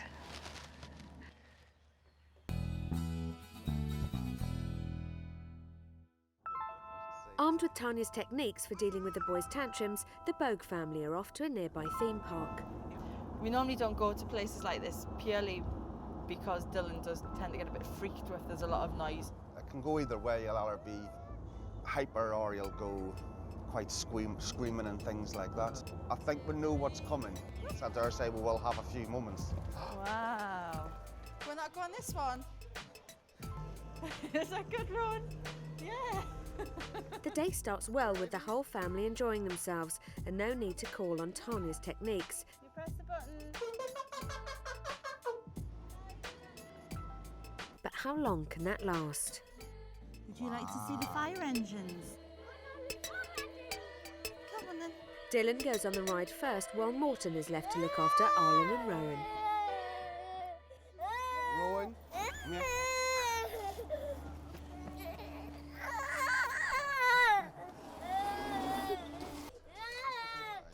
Is that comfy? Rowan's tantrum gives Mum and Dad the perfect opportunity to implement some of Tanya's advice. Would you like to go on too? I'm not going to Do pee. not hit Mummy. If you hit Mummy again, we will go and sit down. You can't go round with us. There's only 2 at a time. Oh, please. Today's been really strange. Dylan's kind of been the one who's been a little bit more laid back, but Rowan's been sort of overwhelmed by it, really. He's been a little bit more sort of stressed, whereas I was expecting sort of Dylan to be the one who was sort of more stressed, and yeah, he seems to be coping with it better than Rowan does, which is strange. You come and stand with me next to the buggy. Should we have a look and see what else? Rowan. Second warning, if you hit again, you will hold on to the buggy. Tanya's techniques definitely worked for us today, even just recognising the difference, you know, and like I say, I probably wouldn't have brought Dylan somewhere like this, you know. Say bye-bye. I was more confident within myself and confident in dealing with the situation, and we're looking forward to a lot more outings with a lot less stress.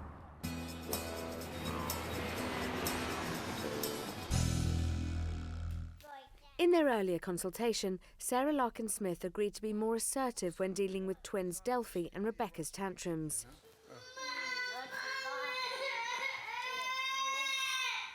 What's wrong?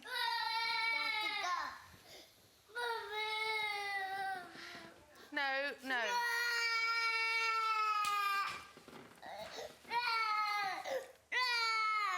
Come on, Delphi.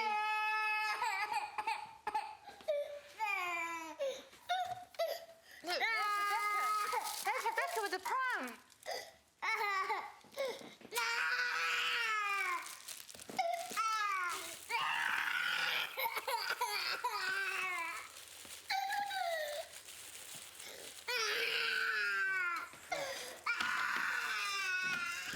It's dinner time soon, Delphi.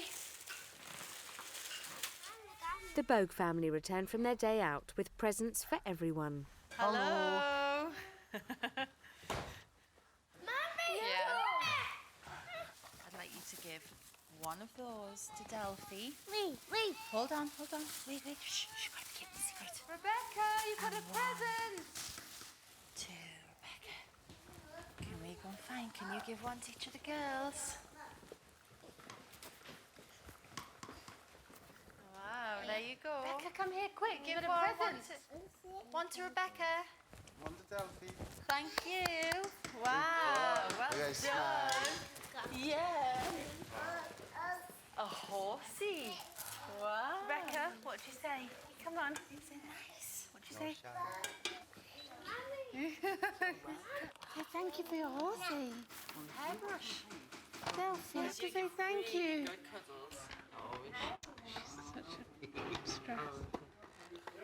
Sorry. After all the presents have been given out, the children are playing in the lounge.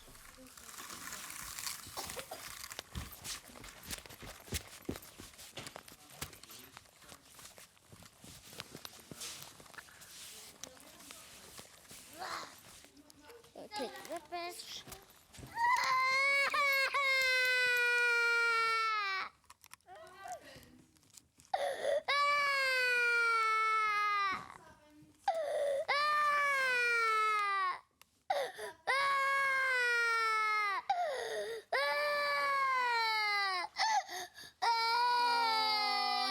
To do?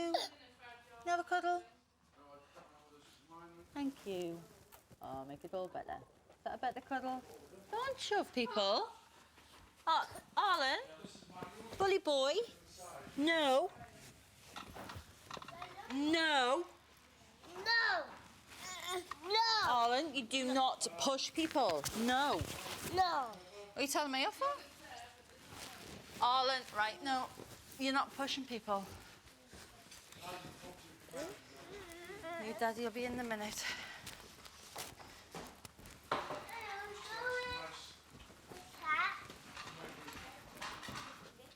Arlen, no. Right, come on, you're not pushing. What are we going to find? Mummy's going to make you tea. See here, out the way.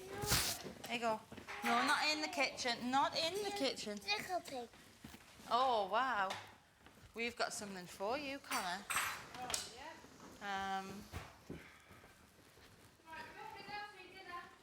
Oh, we did have. Has anybody seen it?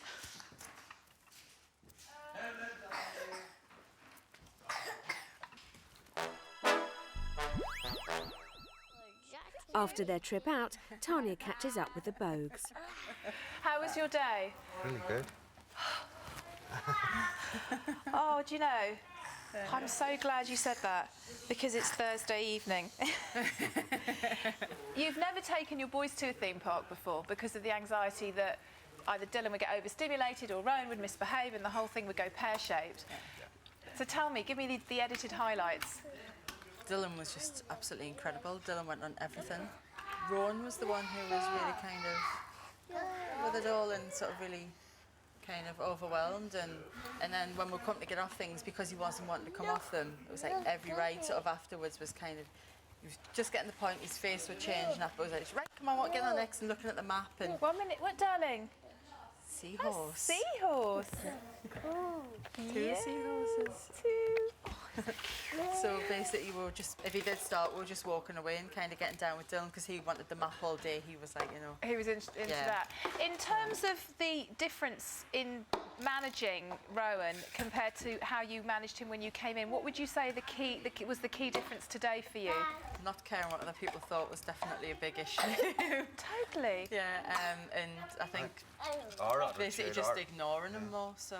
You know, and if he was walking behind us screaming, it was just right, okay, we'll just keep going. And previously, she would have grabbed him, you would have talked to him, and you would have had him screaming in your arms because it would have just...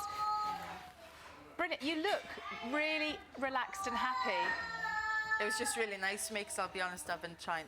I asked to go out a lot with the boys and Morton hasn't kind of been in the frame of mind, I guess, to go out, and it's always just, like, Morton hasn't really been in the mood, so... So what's life going to be like on weekends for the Bogue family? I suppose if we're off, with being off and stuff, it'll definitely be something to do a lot more of. So. Brilliant. Listen, I'm glad you've had a good day. I'm really glad you've had a good day. Well, if you can do horrible, manic theme park, you can do anything.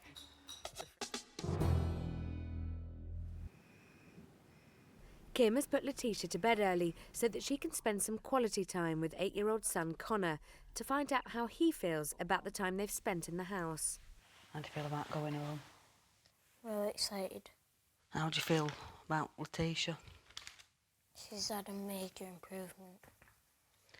Well, it wasn't Letitia with it, with me, wasn't it? That just hadn't bonded with Letitia since she was born.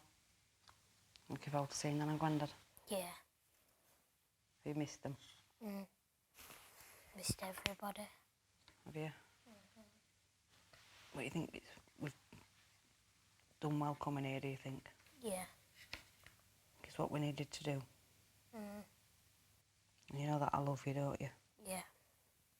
And even though like, Letitia's getting a lot more attention, you know, now, more than what she's ever really had, you know that you can still come to me, don't you, and talk to me if you ever need me. Yeah. Or just want to talk, or just want to sit and... Oops, got my hand moving it all. So how do you feel towards Letitia now and to me, now that we've done this? I feel like we've done... that you've both done really well.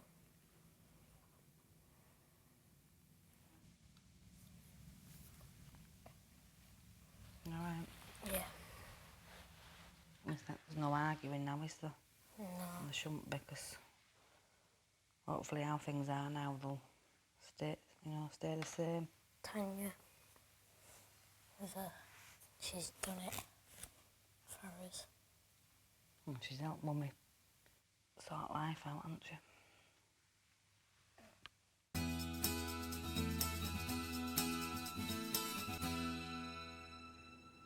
It's the family's last night in the House of Tiny Tearaways. Night night, Delphi. The Larkin Smiths twins came into the house with a sleep problem so severe that for the last 18 months, Dad Larry has been forced to sleep on a camp bed in the lounge. Now, why don't you want to go to bed? During their time in the house, Larry and Sarah have used the rapid return technique, returning Delphi to bed a total of 69 times and Rebecca 32 times.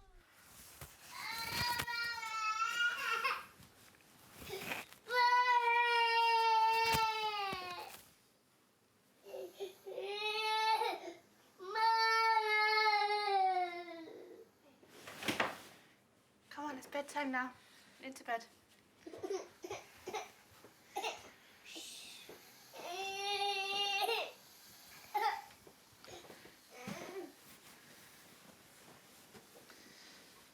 Okay, see you in the morning. Night night. Tonight, their hard work has paid off and the twins settle in less than half an hour after just one rapid return. It's the end of an emotional day for Mum Sarah.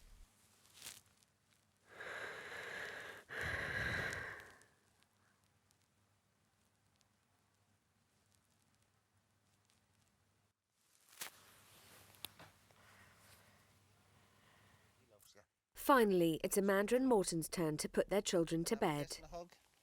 Okay. Daddy loves you. Night night. Good night, sweet dreams. He's getting out. Amanda. Huh? He's getting out, don't he? Yeah, right, I'll just go and give him another cuddle if you just sort out here and I'll see to him. How are you? Any jump?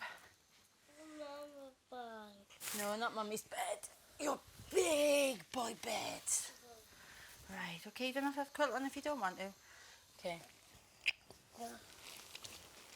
Okay. If you get up, Mummy's just going to put you back in again. Good night. Good night, sweet dreams. See you later, alligator.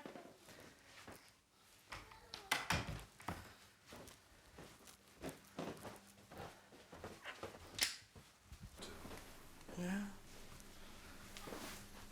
They're all right where they are.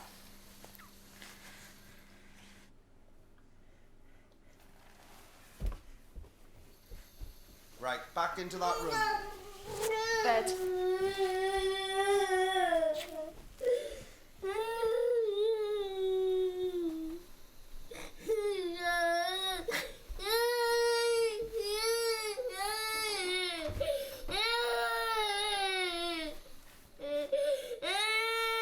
So we're going to go and get all our sleep problems tonight.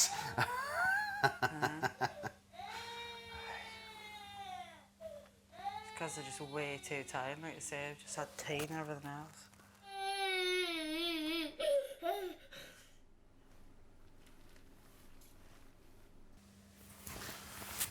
Tell us what's the matter. Come on. I just hate rushing. It's like everything's rushed and then you disappeared off out and I was still rushing with everything. I just kind of thought, like, you can see it's manic and I'm trying to get everything done. And then you just got up and walked out. I've just done all the stuff. I've cooked the tea and everything. You forget I do No, but you could have left the dishes day. till after we put them to bed. He's gone to sleep. Bloody chill out. You check it on yourself to do it, or? Do all what? Because I don't, doesn't get done. Well, we'll get done, we'll get done, we'll not back down. You know what I mean? I quite often do breakfast and then go back down and wash the dishes. I don't expect people to do it.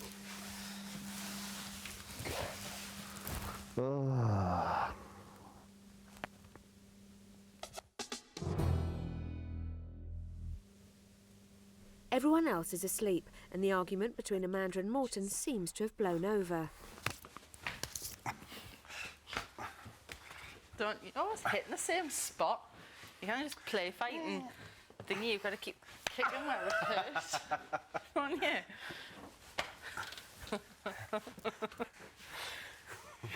Go on, Karate Kid. You'll fall backwards and hit your head off the thing.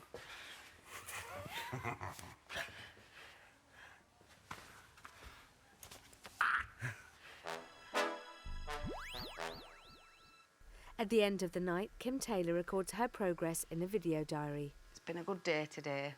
Tonight with Connor, it was good just to get and sit and chat, and even though he's game mad. I'm emotionally drained. We came in here and I'm thinking it's all Letitia. She's got behavioural problems, she's got this, she's got that. But, thanks to like Tanya and, everybody else in the house, just like, no, it isn't. It's me that's the one more so at fault. I think I've realised that Letitia has been basically emotionally starved by me since more or less birth. I'm regretting that because it shouldn't be like that with when it's your baby and they're born, and you should be, the bond should be there. But now that bond is coming between me and Letitia. We are a lot closer within the days that we've been in the house.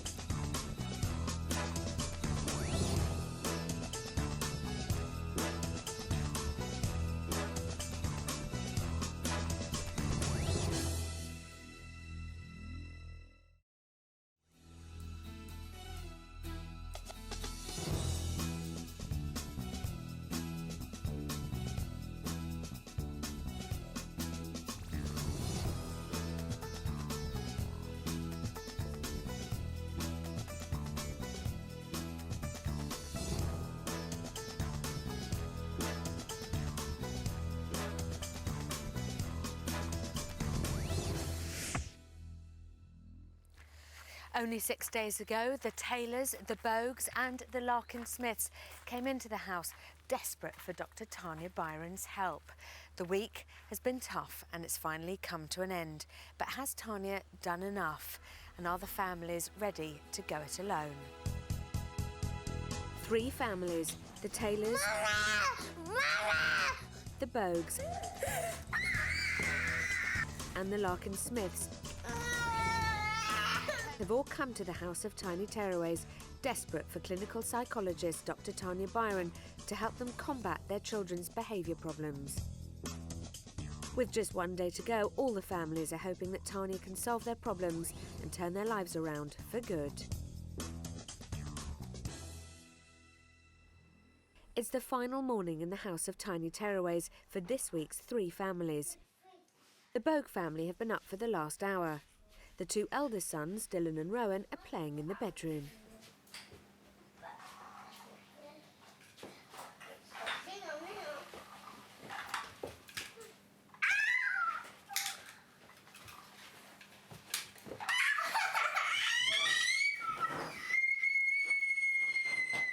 Mum Amanda and Dad Morton entered the house 6 days ago. They have 3 boys under the age of 4, Dylan, Rowan and Arlen. But it's the middle son, Rowan, who is causing most concern with his extreme behaviour. Tanya noticed that they were over-policing their children. She taught them to be more assertive when the children misbehaved and more relaxed when they didn't. Rowan's tantrums have now subsided and the family are having more fun together. But will Mum and Dad be able to keep this up at home?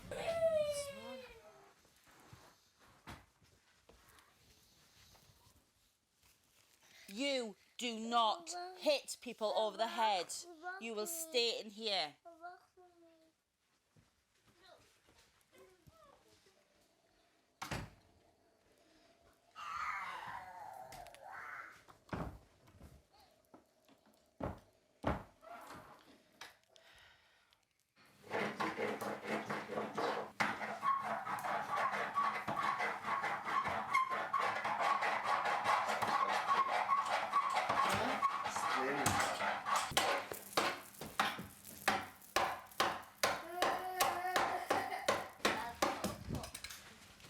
Rowan?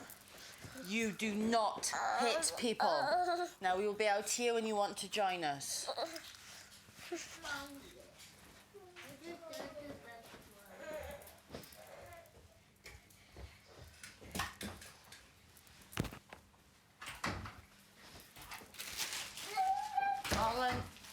Stay away, sweetheart. Holland, no.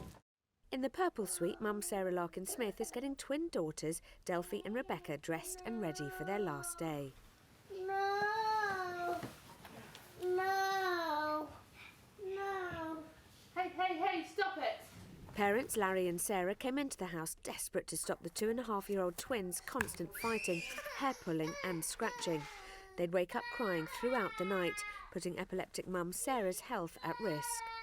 Throughout an emotional week for the family, Tanya has taught Larry and Sarah to be firmer when the girls fight. Don't pull her hair. And to return the twins straight to bed when they wake in the night. Last night, the twins had their best night's sleep ever, but will Mum Sarah continue to be assertive without Tanya's help? Delphi! Delphi!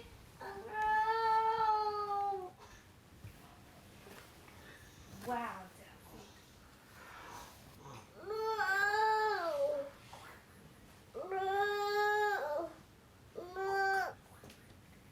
Delphi?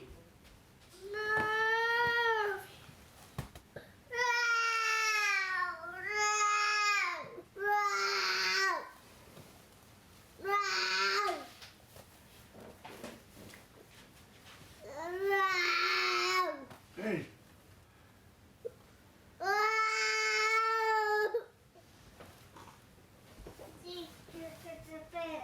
Yeah, into the bathroom.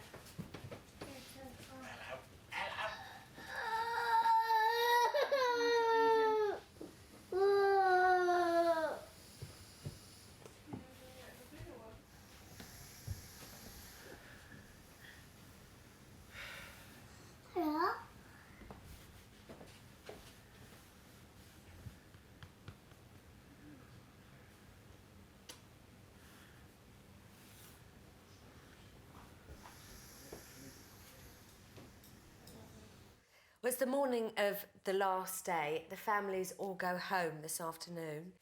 Let's talk about the Larkin-Smiths, who arrived with a severe sleeping problem. That seems to have sorted itself out. It's a great story about how to sleep train not just one, but two children. First of all, it is possible to sleep train more than one child in the same bedroom, and as we've seen, children will often sleep through their sibling roaring and crying, or they'll learn to. So for parents who feel anxious about, well, I can't do one because of the other, there may be a bit of disruption initially, but children will habituate and just learn to sleep through noise. The second thing is their behaviour is markedly improved because they're getting so much sleep. You had quite a big consultation with Sarah yesterday. What did that tell you about the family, and how is that going to help her when she goes home? I think there's a big emotional issue for Sarah which she recognises she needs to resolve, which is the death of her father. I think for Sarah, the relationship with this father has become idealised. She even said to me that it's the thought of her father is the thing that keeps her going every day. So I'm going to let me go. You think it's the one thing that keeps you going, but you know, you're right. the real things that keep you going are in that house. To shift into her family in a very significant way, she needs to say goodbye to her father. I think then that allows Larry to truly be her husband. I think because of the obvious age gap, I think a lot of what Sarah was doing was projecting into Larry a need to be fathered. The twins, Rebecca and Delphi, would also have enormous fights. Rebecca? You helped them manage that as well, in quite a sort of dramatic, Sarah, why don't we do this? And they were both like, oh, OK. What did you basically tell them to do? To have the courage to be assertive and to say no and to stop problems escalating. I think that the key issue really is that Sarah has also got so many traumatic memories of the twins' early life. So, of course, when her daughters, her older daughters, who now are old enough to know they can use their behaviour to manipulate their mum, cry and cry and cry, she will come to them because she hears little tiny baby who might die, cry, cry, cry. She also hears the child inside herself as well, crying and crying and crying, the child that never felt that there was anyone there for her. So it's all very complicated and bound up. By separating those issues out, you've got two little girls who can be parented assertively, with Sarah not feeling guilty that she's letting them down by saying no. Mum Kim Taylor is looking after an activity for the children organised by Tanya. She's asked them to decorate some biscuits, but not to eat them until the afternoon. Hi, Dad. Not eating them, Dylan. We can't eat them now. Can't eat them now, unless we can't have one. Take off pink. Alright. Take off pink. 1 minute, let me just do Delphi's biscuit. Oh, I've got green. I want pink. 2 minutes, you can have it. I want pink on this one. I'm going to give you the pink in 1 minute, Letitia. Kim arrived 6 days ago with her 3.5-year-old daughter Letitia, whose violent tantrums were pushing her to breaking point. With Tanya's advice, she has successfully used distraction and bonding techniques to overcome the tantrums and unite the family. But with only a few hours left in the house, has Tanya done enough? You're going to kick me. You're not going to kick me. That's your name. Stop licking off your fingers, Letitia, please. Kim Taylor, let's remind ourselves, almost didn't come into the house with her son Connor and daughter Letitia. She was terrified, she was anxious. That was only 5-6 days ago. Tell me about her week. An amazing week. She has shown extraordinary courage, I think, because not only did she nearly not come in, but when she came in, she nearly left. Yeah. I've never seen a parent do that in the house, and of course, if she had left, we wouldn't have stopped her. It was all about bonding. It was a very, very different story about how to manage tantrums. It's a story about a mother who gave birth to a child who, for many reasons, many really deep, sad and emotional reasons, labelled that child the devil. Yeah. And the child became the devil. 3 words to describe the child that's brought you into this house. Oh, devil. That's all I can describe. Devil. It's just like, oh my God, what have I done to deserve this? Let's talk about the progress over the week. Were you surprised how far she got it? But she almost started as soon as her anxiety went down and she thought, OK, I'm going to do this. Before, those feelings would just be into Letitia. It's your fault I feel like this. I think now she recognises poor little Letitia isn't the devil. She's the cutest. She is the cutest little munchkin, I tell you. Oh. And Kim has learnt who her daughter is, how much she loves her, and how she can manage her behaviour when it gets tricky. Superb, amazing. And gosh, she has achieved in this week, I think, more than she ever thought she could. She looks happier, more sorted and more in control. Excellent tantrum happening. Sorry, look, Letitia.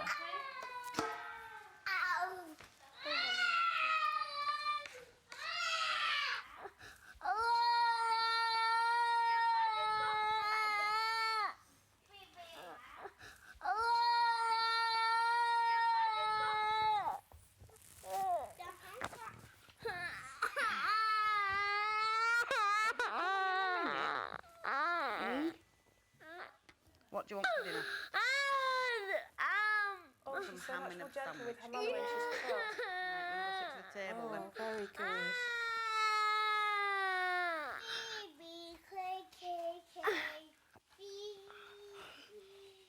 Look, it's over. It's finishing now. That tantrum, had it happened previously, would have spun Kim out and there would have been an argument between the two of them. Now she's learning just to step back, let Letitia cool down and then hold her in a way that is saying, look, I am here for you, but we don't need to scream. Now, this is very important for a little girl where there hasn't been that kind of interaction since her birth. Kim did that brilliantly. Really? Brilliantly.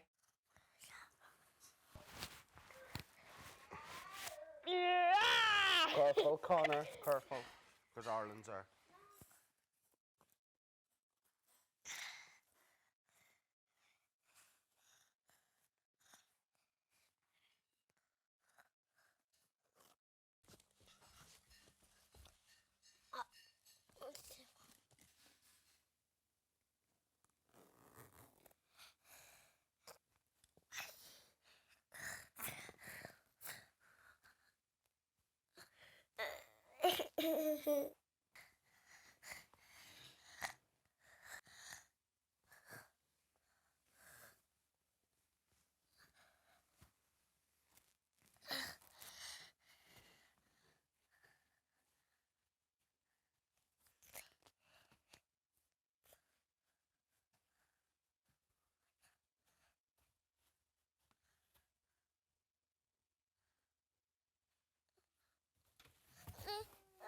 All right, they're really sick, you know, son. All right, boots on.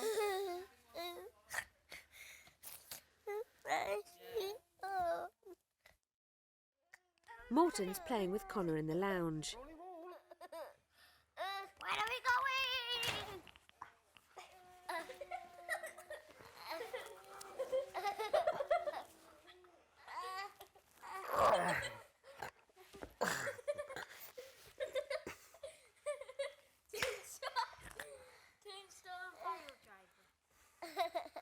Kim Taylor's joining Tanya for her final consultation. Can you describe to me the kind of week you've had?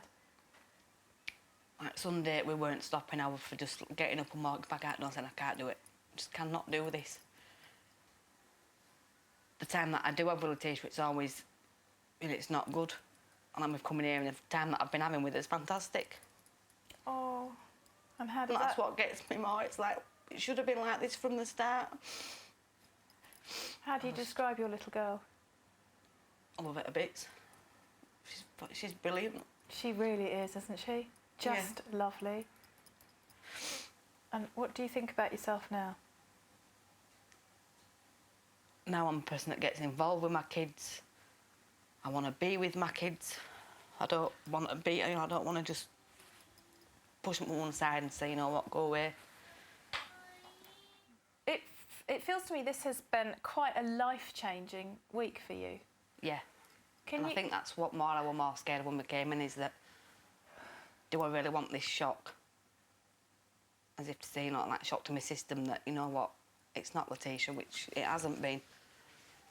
And I don't think on Sunday I was prepared for that. And as the week's gone on, I've just got like, yeah, this is how it is and this is how it's going to be. And what's the shock been like? A good shock. It's not been a bad shock because it's changed for the better. Mm. I know that I can go home and I can cope with anything that Letitia wants to chuck at me, basically. I'm just going to, you know, I know how to deal with it now without just picking up and chucking stuff back. And it's all been good. It's all been good. Right, and I do want to show you the process through the week. So this is where it started. Let's have a look at it.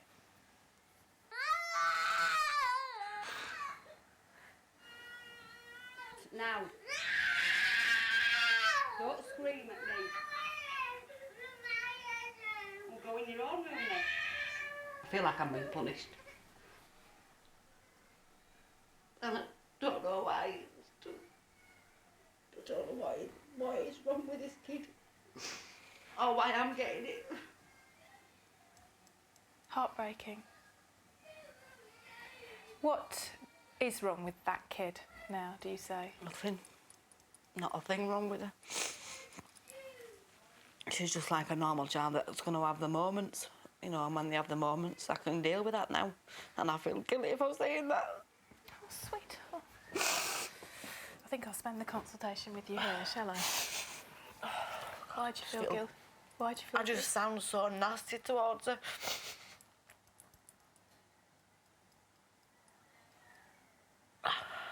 And you were asking why you were being punished? Yeah, because I just felt like, what have I done wrong?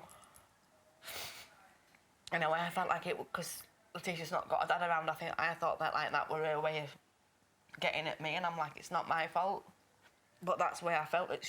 Because she's used to her dad. She was daddy's little girl. And when he went, and it's all just been me, and I just thought that she was getting at me because he wasn't here. But really now, it's not anything to do with that. What is it to do with? It was between me and Letitia. And it's taken, like, it's taken a week to realise it. But it's better than another 3 years. I wonder what life would have been like if things had continued into her becoming a teenager. I wouldn't even want to know. Between you and Letitia, in terms of your relationship, how far do you think the difficult beginning and the lack of the bond, how far do you think that had anything to do with her tantrums and her and all the things that we saw there? I think it were a lot to do with it. Yeah. And I just wasn't able, because Connor wasn't like that, so I wasn't used to it. And I just saw it as anger. And it's like, what's this about? What have I done?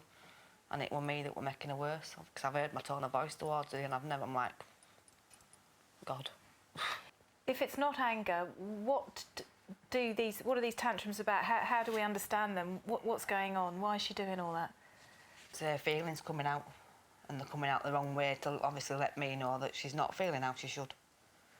And I've realised that now, and I ain't heard her scream like that all week. For me, the tantrums also felt like there was a lot of anxiety there in a way. Kind of, what's she been anxious about, or who's she been anxious about? Me. I think so. Why Like, so she's seen her dad go, and I wonder if she thinks that I were going to go as well. I wonder. We've got the first tantrum in the house. Hold that thought about your relationship with her and what she worries about, and just have a look at what happened when you came into the house in the first tantrum. No. Connor wants to have a go at that, and you can have the brush for 5 minutes. We'll leave Connor to do it by himself if you don't.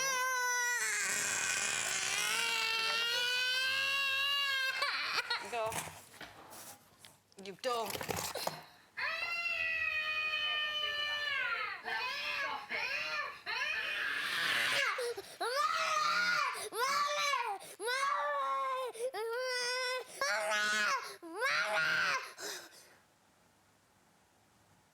What are you thinking? Just how awful it looks. And I just feel so sorry for her.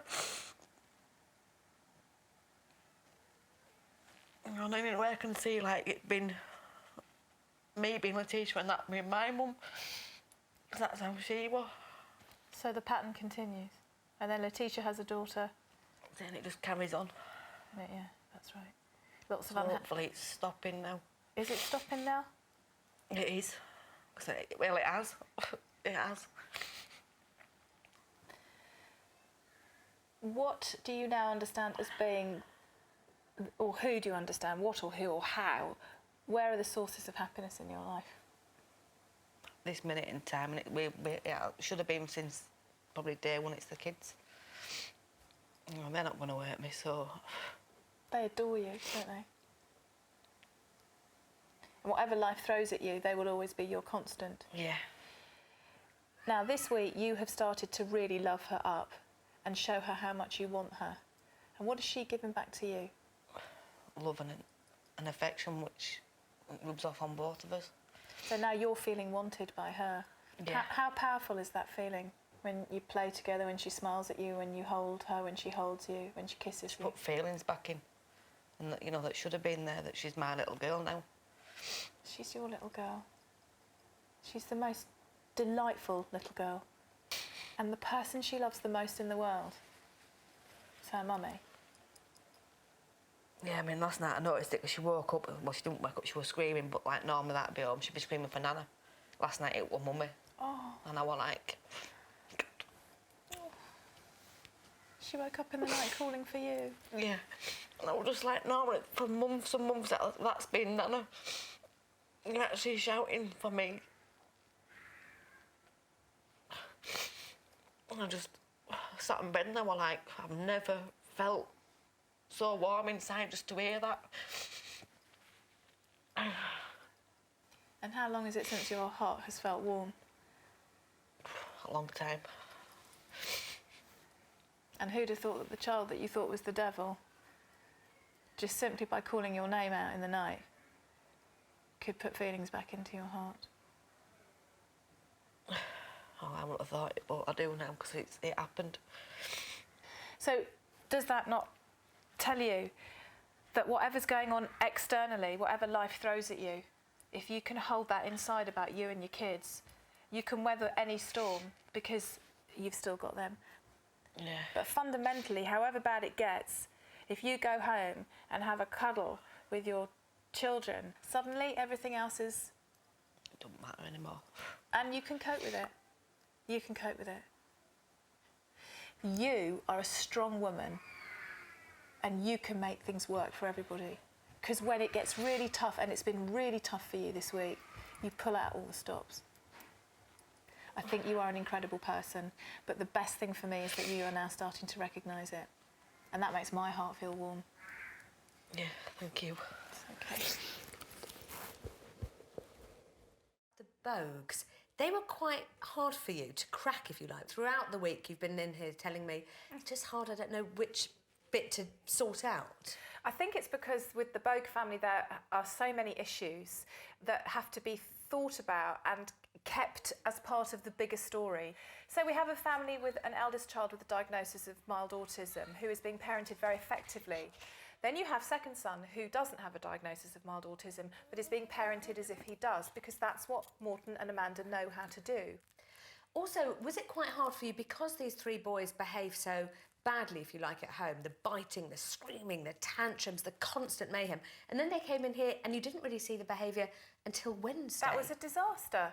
But then, when you get to Wednesday and that's happening, you think, well, hold on a second, that's probably telling me more. The whole point is that the emotional temperature of the family had changed. Oh, is that why? So children are brought up in a family where anger is so fearful to the adults that they don't talk about it, but it sits there like a big lump in the middle of the room. Dad has had such a difficult early childhood, childhood completely, right into adolescence. Mum hates confrontation, fears it, and is worried that Dad will be set off, so then tries to keep everybody happy and actually is feeling very unhappy herself. The children were showing that there was a lot of anger and sadness around by their behaviour. Parents relax, come together, start to talk about their own issues. Children's behaviour calms down. Is there a risk that when they go home, they might all kick off again? Totally, of course, because that's exactly what home has always been. Today, the big task is for Morton and Amanda to unify, to really, really come together, to make some kind of pledge to each other that helps them understand that when it starts to feel tense and angry again, they will always be united, they will never be apart, and they can manage this together as a really strong couple.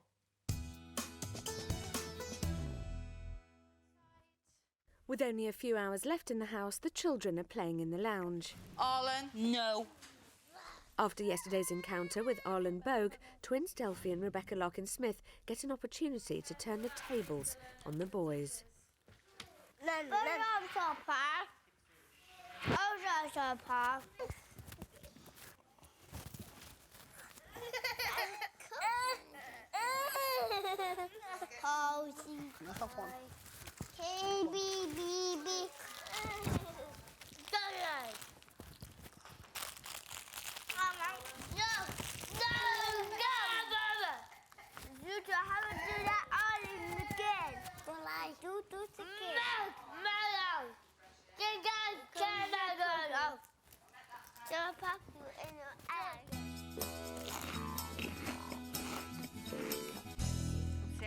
The Bogue boys are in the garden, making the most of the swings before they leave the house later today.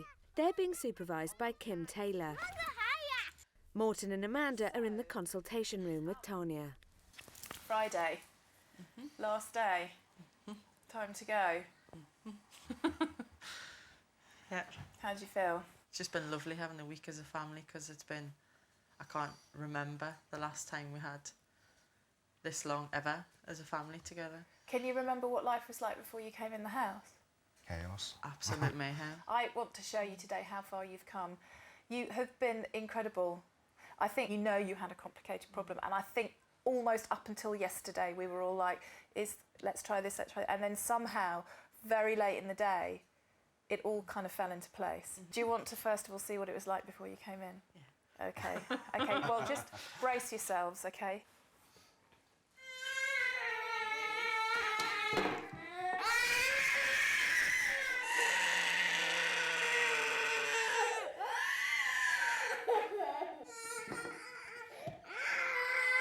Want to say sorry? You want to say sorry? No. Right. Awful. Absolutely awful. Yeah. I think it's important to say that that was like most of the day for you guys, wasn't it? It was just all the time. Yeah. When I asked you what your family life was like, do you remember how you described it when you came in, how it made you feel? Sometimes I just wanted to get in the car and disappear, and it was dead stressful. Just didn't look forward sometimes to going home. And like just, a war zone. Yeah. It felt like a war zone, didn't it? It was. We were literally, it was like us and them, basically, yeah, and outnumbered, and you just kind of felt it was a losing battle. First of all, we talked about your interactions, Morton, and I just thought we might just revisit that, if that's okay. Is that all right? Yeah. Just to have a look at it. Yeah. Do you want to pop as well? You wait. Wait. Oh, become... Good boy. Rowan, wait. Rowan. Rowan, can you be careful? Right. Can you get your No hat? more on the slide. No, you're not allowed on the slide. No. We'll stand here. No, you're not going to go and play on the slide. No way. Are you going to say sorry to your brother? Well then, I'm sorry. You're not going anywhere. You can come and sit with me. Daddy asked you not to go down the slide, and you did, and you hurt your brother's hand. Okay? Yes. And just to remind you, that went on for 7 minutes and 40 seconds. It's a long, over-policing kind of intervention. First of all, how do you feel seeing yourself behaving like that? Looking back now, it was unfair. And I suppose Rowan did always get the raw end of the stick when it came to things, whereas Dylan was let off probably with a lot more. We're all supposed making excuses for his autism.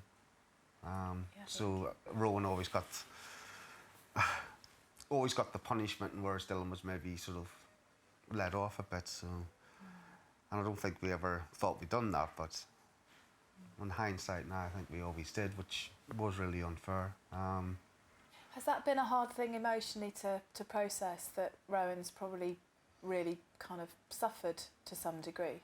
Yeah, I think because, you know, you're basically doing what you think's the best possible thing you can do for your child, you know. From love. You know, you're looking at everything you possibly can to kind of make their lives as good as you can, and, you know, and then to sort of think that maybe what you have been doing hasn't been having the negative effects really quite hard, you know. When Rowan was angry, I used to really feel like I was being pushed away by him all the time, and because I was trying to do everything to almost make happy Rowan, which I know is wrong, but that's the way it felt. This is what breaks your heart. That was what I used to sort of really feel like. I say that it was kind of, you know, this is a child that I love. That was what I used to find so hard, because it was kind of be 1 minute I was being pushed away and, you know, headbutted and punched, and then the next minute I would be getting these huge cuddles and loves, and I used to think, you know, I just never knew where I was, and I used to find that really, really hard, you know. The evidence of this week tells us what about you as a mother? Compassionate, understanding, loving. Help her, yeah, go on. Keep telling her. Nag.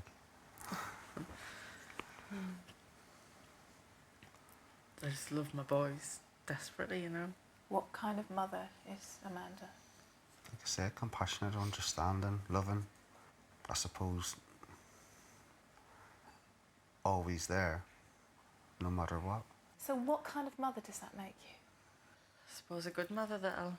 No, not suppose. What kind of mother does it make you? A good mother. Yeah. Should we just reflect on how you've changed, Amanda? Let's just have a quick look here now. No, Rowan. You do not hit Mummy. If you hit Mummy one more time, I'm going to take you out and you're going to have time out, okay? And go and sit on the chair, because you're not hitting me over and over. I've offered you to sit on my knee and you don't want to.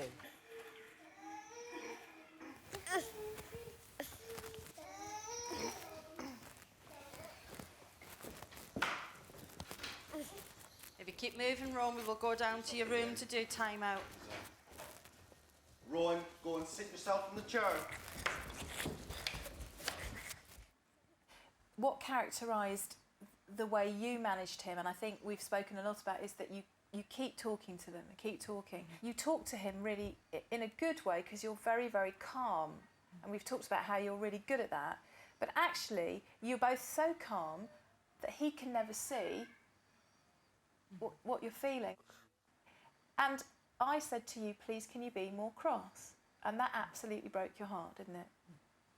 It's just the whole, like they say, the confrontation thing, which I know is stupid, but it's like, it just feels like fighting all the time, and that's the real thing I hate. Yeah. You know? So basically, I thought if I was the calm one and the cool one, that would sort of, you know, they would be calm and everything, which I know wasn't working, because you know, they didn't know when I was cross, maybe. What has anger been for you both up until we've talked about it this week?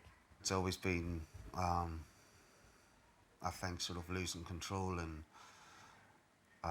aggression and violence, and that's sort of what it has meant. But I suppose over the last week we've learned that it doesn't actually mean that. And why do you think for you that's been a huge revelation? I suppose from my point of view, it's always been something that I've kept built up inside.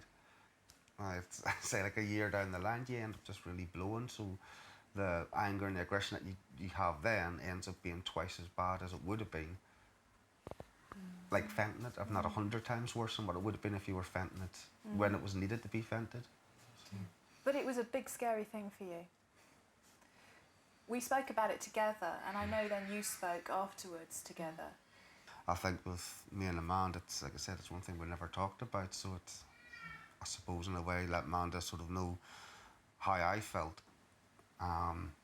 and what was going through my head. I've always been the one who would try to talk about something, and Morton's always been very closed and won't talk about things, which I've always found hard, because then I would end up with all this stuff inside that I couldn't release, you know. So and it was always kind of feeling that I had to be the happy one and the calm one, and the, you know, trying to sort of balance everything out basically. And you know, it was becoming a huge weight on my shoulders really, you know, because he's the man I love, and I've never ever hurt him. So what are you saying to him? You're saying, trust me. Yeah. I will not hurt you. No. What are you really saying from your heart? That I would absolutely love him to be my husband and my life partner. And so you want to marry Morton? Oh, desperately. Yeah. I think we've been engaged for about 5.5 years. So before, when I was actually found out I was pregnant with Dylan, we'd booked a honeymoon, hadn't we? And we were starting to look into everything then, and then that all sort of fell apart, and then, you know, we did sort of start looking again last year, but it's just, when you've got 3 young boys, it's just, money's obviously tight, so I just won't. Would it not be possible to just very simply and quietly do it together anyway? We'd even talked about that, hadn't we, and sort of doing it and then trying to get a blessing later, but I think Morton's always had this sort of thing in his head of he'll only ever get married once, and he wants to get married right. Do you want to say anything to her?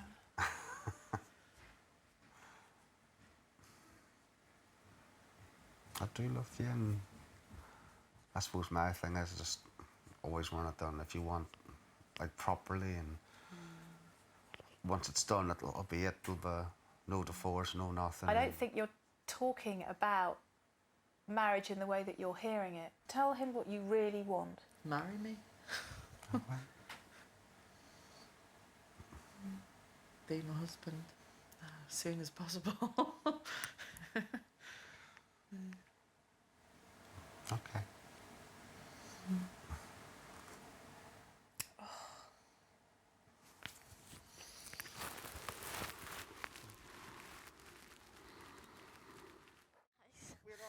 After an emotional consultation with Tanya, Amanda has some exciting news to break to Sarah Larkin-Smith.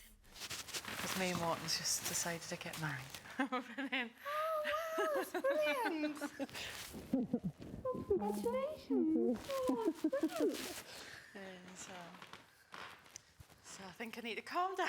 Oh, wow. Yeah, so I mean, we've been engaged for absolutely years and years, but you know, I kept going, I'm not going to do it, costs too much, and just keep putting it off, and but we said, right, sorry, we're just going to do it.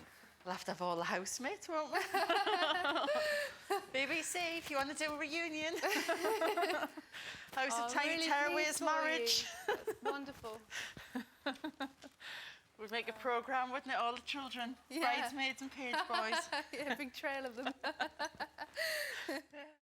Over the course of the week, Tanya has become worried that Larry Larkin-Smith has taken a back seat with his parenting duties. 3 days ago, Tanya asked Larry to take a more proactive parenting role by looking after twin daughters, Delphi and Rebecca, while Mum Sarah took the night off. He is continuing to take a more hands-on approach. Just darling. I take it warm. Yeah, it is warm, yeah.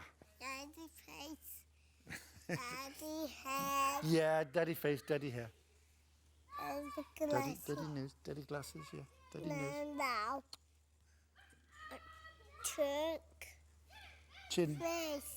Yeah. It's your daddy's face.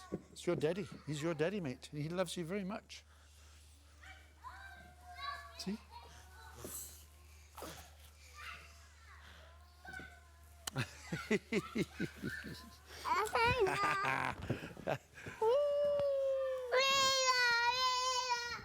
The families are enjoying their last day in the house together, painting the children's faces.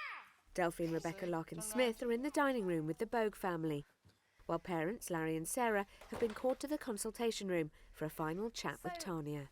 Final day in the house. Yep.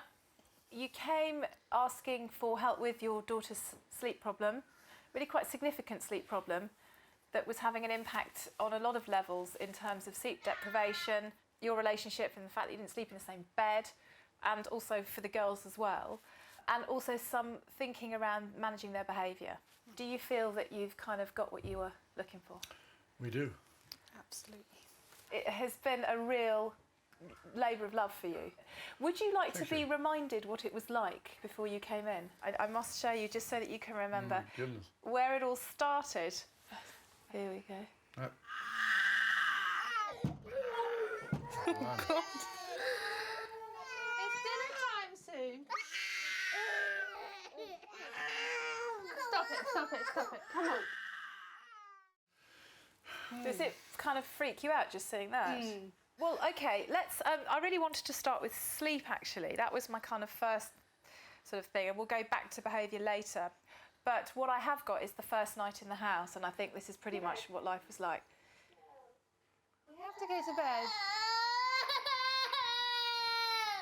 No! Delphi, stop it. That doesn't help anyone, does it? Now, why don't you want to go to bed? No. Why? No. All right, I'm going to lie down now and go to sleep. You two go to sleep too, okay? Crazy woman. Sarah, you're supposed to sleep in the bed with me. You don't...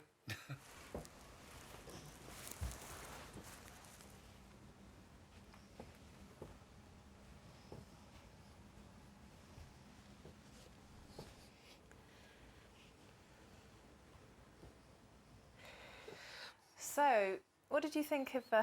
what did you think watching that? It's quite mad, isn't it? Quite mad? Yes. Now we've been told what to do, it just seems insane. It's a farce almost, you know. But can we just remind ourselves that this became necessary because of a series of circumstances outside both of your control, and the fact that you have a condition called epilepsy, and which your fits, which can be severe and prolonged and life-threatening, are triggered off by sleep deprivation. It was a very unusual set of circumstances, as you say. We just felt that this chaos was just another part of that particular section of our lives, you know, and we were dealing with a lot. So things were at kind of critical point, really. We then decided to try a technique called rapid return, what I call rapid return, and that was pretty hardcore because what you'd been doing with your girls had been a much more of a sort of gradual withdrawal technique. And I think I said to you on the Monday, do you want to go hardcore and try and fix this, or do you want to take it gently and slowly? And you decided, let's just go for it. I'm not coming here saying I don't want to do this and I don't want to do that. You will have to be really tough this week. Yeah, I know. So here is the first night of rapid return when we all together spent that happy hour in the bedroom, returning your gorgeous girls to bed very many times.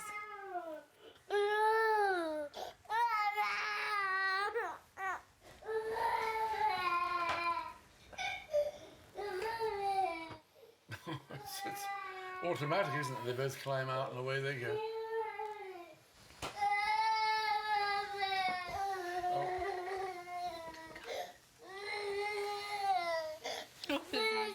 Mummy petting you. See you in a moment, dear.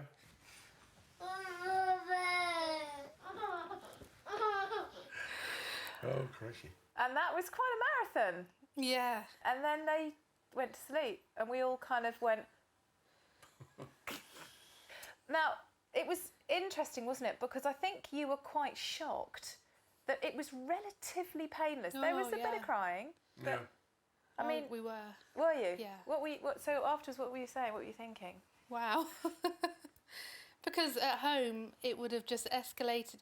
They haven't cried, I don't think, once as badly as they would at home if we'd have tried that. It hasn't been nearly as the kind of slog I thought it would be. I'm amazed how quick it has happened, really. This week, it's been a revelation, and it's been relatively pain-free. Oh, very much painful. So it's kind of positive mental attitude, perseverance, patience and commitment to behavioural absolutely. change. And this sense of calmness, which, as you say, does transmit to the babes. In terms of the actual kind of management at night, when your girls were screaming and crying, you were hearing something that actually now I think we recognise it wasn't. What were you hearing? Well, my main worry was that, you know, it's because they actually needed my love during the night, but it's not, they just want to get their own way and get out of bed. And and, you know, in the morning they still come and give you a big kiss and a big hug and as if nothing had happened, you know, and I'm expecting, and still probably, you know, a rundown of the night, you know, was it okay to leave you in your room at night, and did you mind being in your room last night, and that they're not bothered at all, they've forgotten about last night, you know. So has your relationship deteriorated with your girls this week since you've been doing this sleep training? No, and that was what I was worried about. Behaviour with your girls? Pulling hair, biting, head banging, sort of quite a lot of scratching, faces and things. We had, I think, quite an important day, the day that the buggy came into the house, if you remember. Should we just remind ourselves of that sort of moment of Delphi and Rebecca?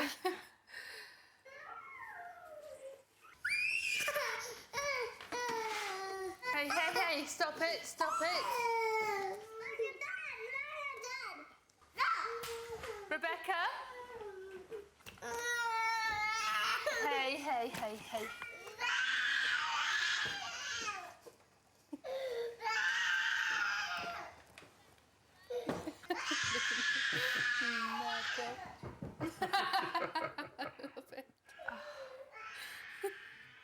She's been doing that all her life. Oh, God.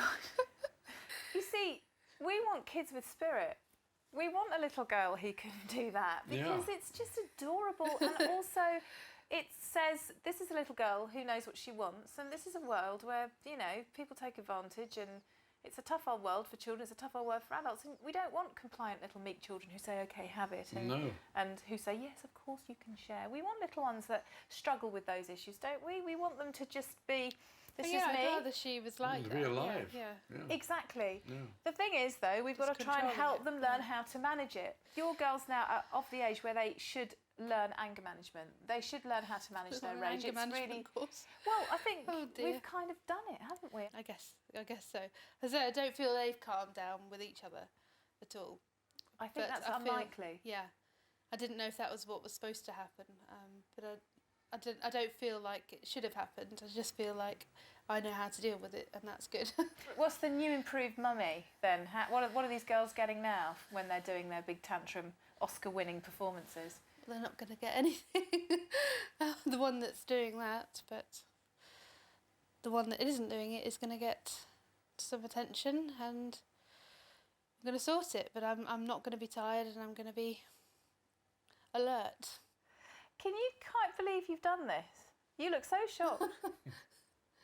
Oh, whoa. She's done awfully well, haven't she? I mean, what she's had to deal with, the epilepsy, the sleep deprivation, the this, the that, and a grumpy old bugger upstairs called me. She's done awfully well. It's almost as if something shifted for you yesterday. Yesterday you were sobbing like a little girl. In order for you and Larry to really be on track as a couple, I think you have to finally say goodbye to your dad. And I think that's so painful for you to hear, but I think it's the truth. Oh, sweetheart. In order for you to feel stronger as a woman and to feel more of a grown-up and feel stronger as a mother, you kind of do need to say goodbye to him, which then allows Larry not to have to also be the older man, the father and the husband. Larry can just be your husband because you acknowledge that your father isn't around anymore. He's in your heart, as you say. I think that's such an important point. But he's not there with you every night with his arm around you. Your husband is. So, yes, I miss him terribly. Yes, I feel cheated that he was taken away when I was 2.5. And yes, after that, emotionally, things weren't great. But that's for me to deal with. But as far as my girls go, I'm their mum. I'm in charge. And it's okay for me to say no to them.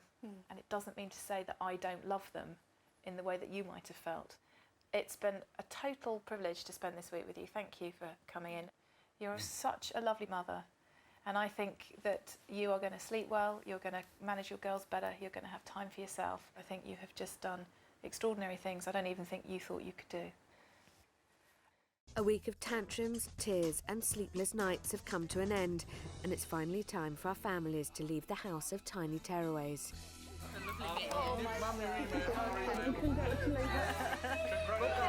God bless. Bye, everybody. See you. Come on, Froggy. Hey, little bear. Little bear with a butterfly on her The sun's shining on this little frog. It's been a great week. You have just been fantastic in this house. My pleasure. Thanks for having us. Oh, it's been an absolute pleasure. Well done. Well Thank done. you. Got 2 little girls who sleep in their own beds now, and a mum who's feeling a bit stronger in herself. Yeah. Absolutely. Good. Thank you very much for coming. Thank you. The Lark and Smith's time at the house is over. They came in with serious sleep problems and the children used to rip each other's hair out. Are they ready to go home? Totally ready to go home. Without a doubt, the girls will kick off when they get home into their own bed. So tonight, Sarah and Larry have to be very, very clearly, firmly carrying on with the sleep training. But all will be fine because I think Sarah and Larry have united in their parenting and recognised that sometimes being quick, firm, but non-reinforcing is the best way to go about it. What's been your highlight when you've been working with them? I think to give a family what they're asking for in terms of results has been so very apparent with Larry and Sarah, and that is that they've had their 2 beautiful little girls in their beds and Larry and Sarah in the double bed, as they should be, as mum and dad, as a couple. So for me, that's been a great thing to see. Bye-bye. Bye-bye. But now it's time to say goodbye to everybody. Mommy. We've had a splendid week. We'd like to say thank you to one special person. One special person. Bye-bye. Oh, how sweet. Bye-bye, Tanya. Bye-bye. Bye-bye. Bye-bye. Come on, then.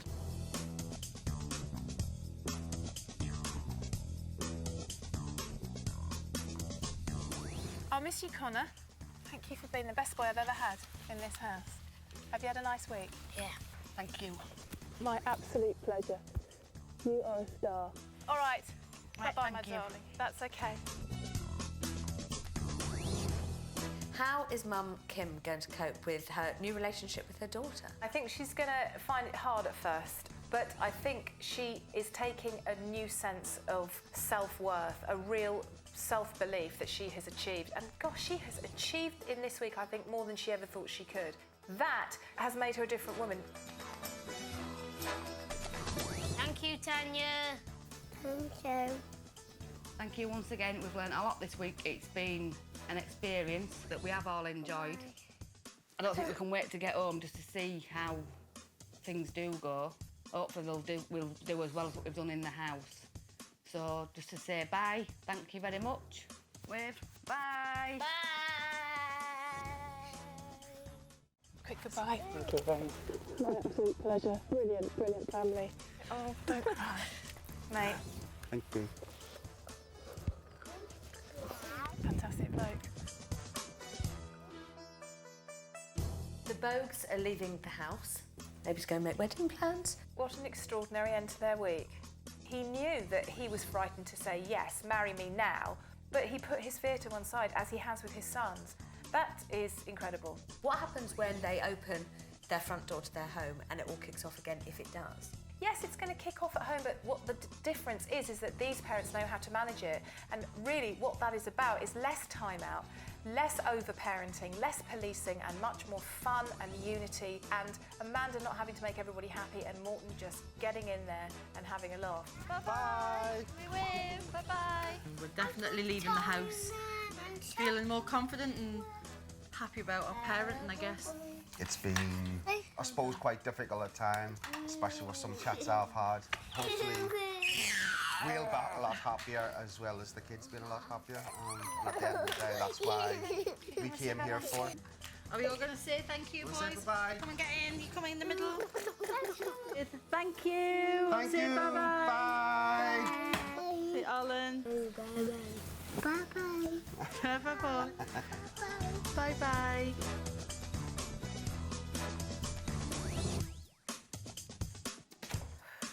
With this week's 3 families on their way home, full of optimism for the future, there's a brief moment of calm after what has been a tough first week for Tanya. But in just 24 hours, another 3 frantic families will be moving in.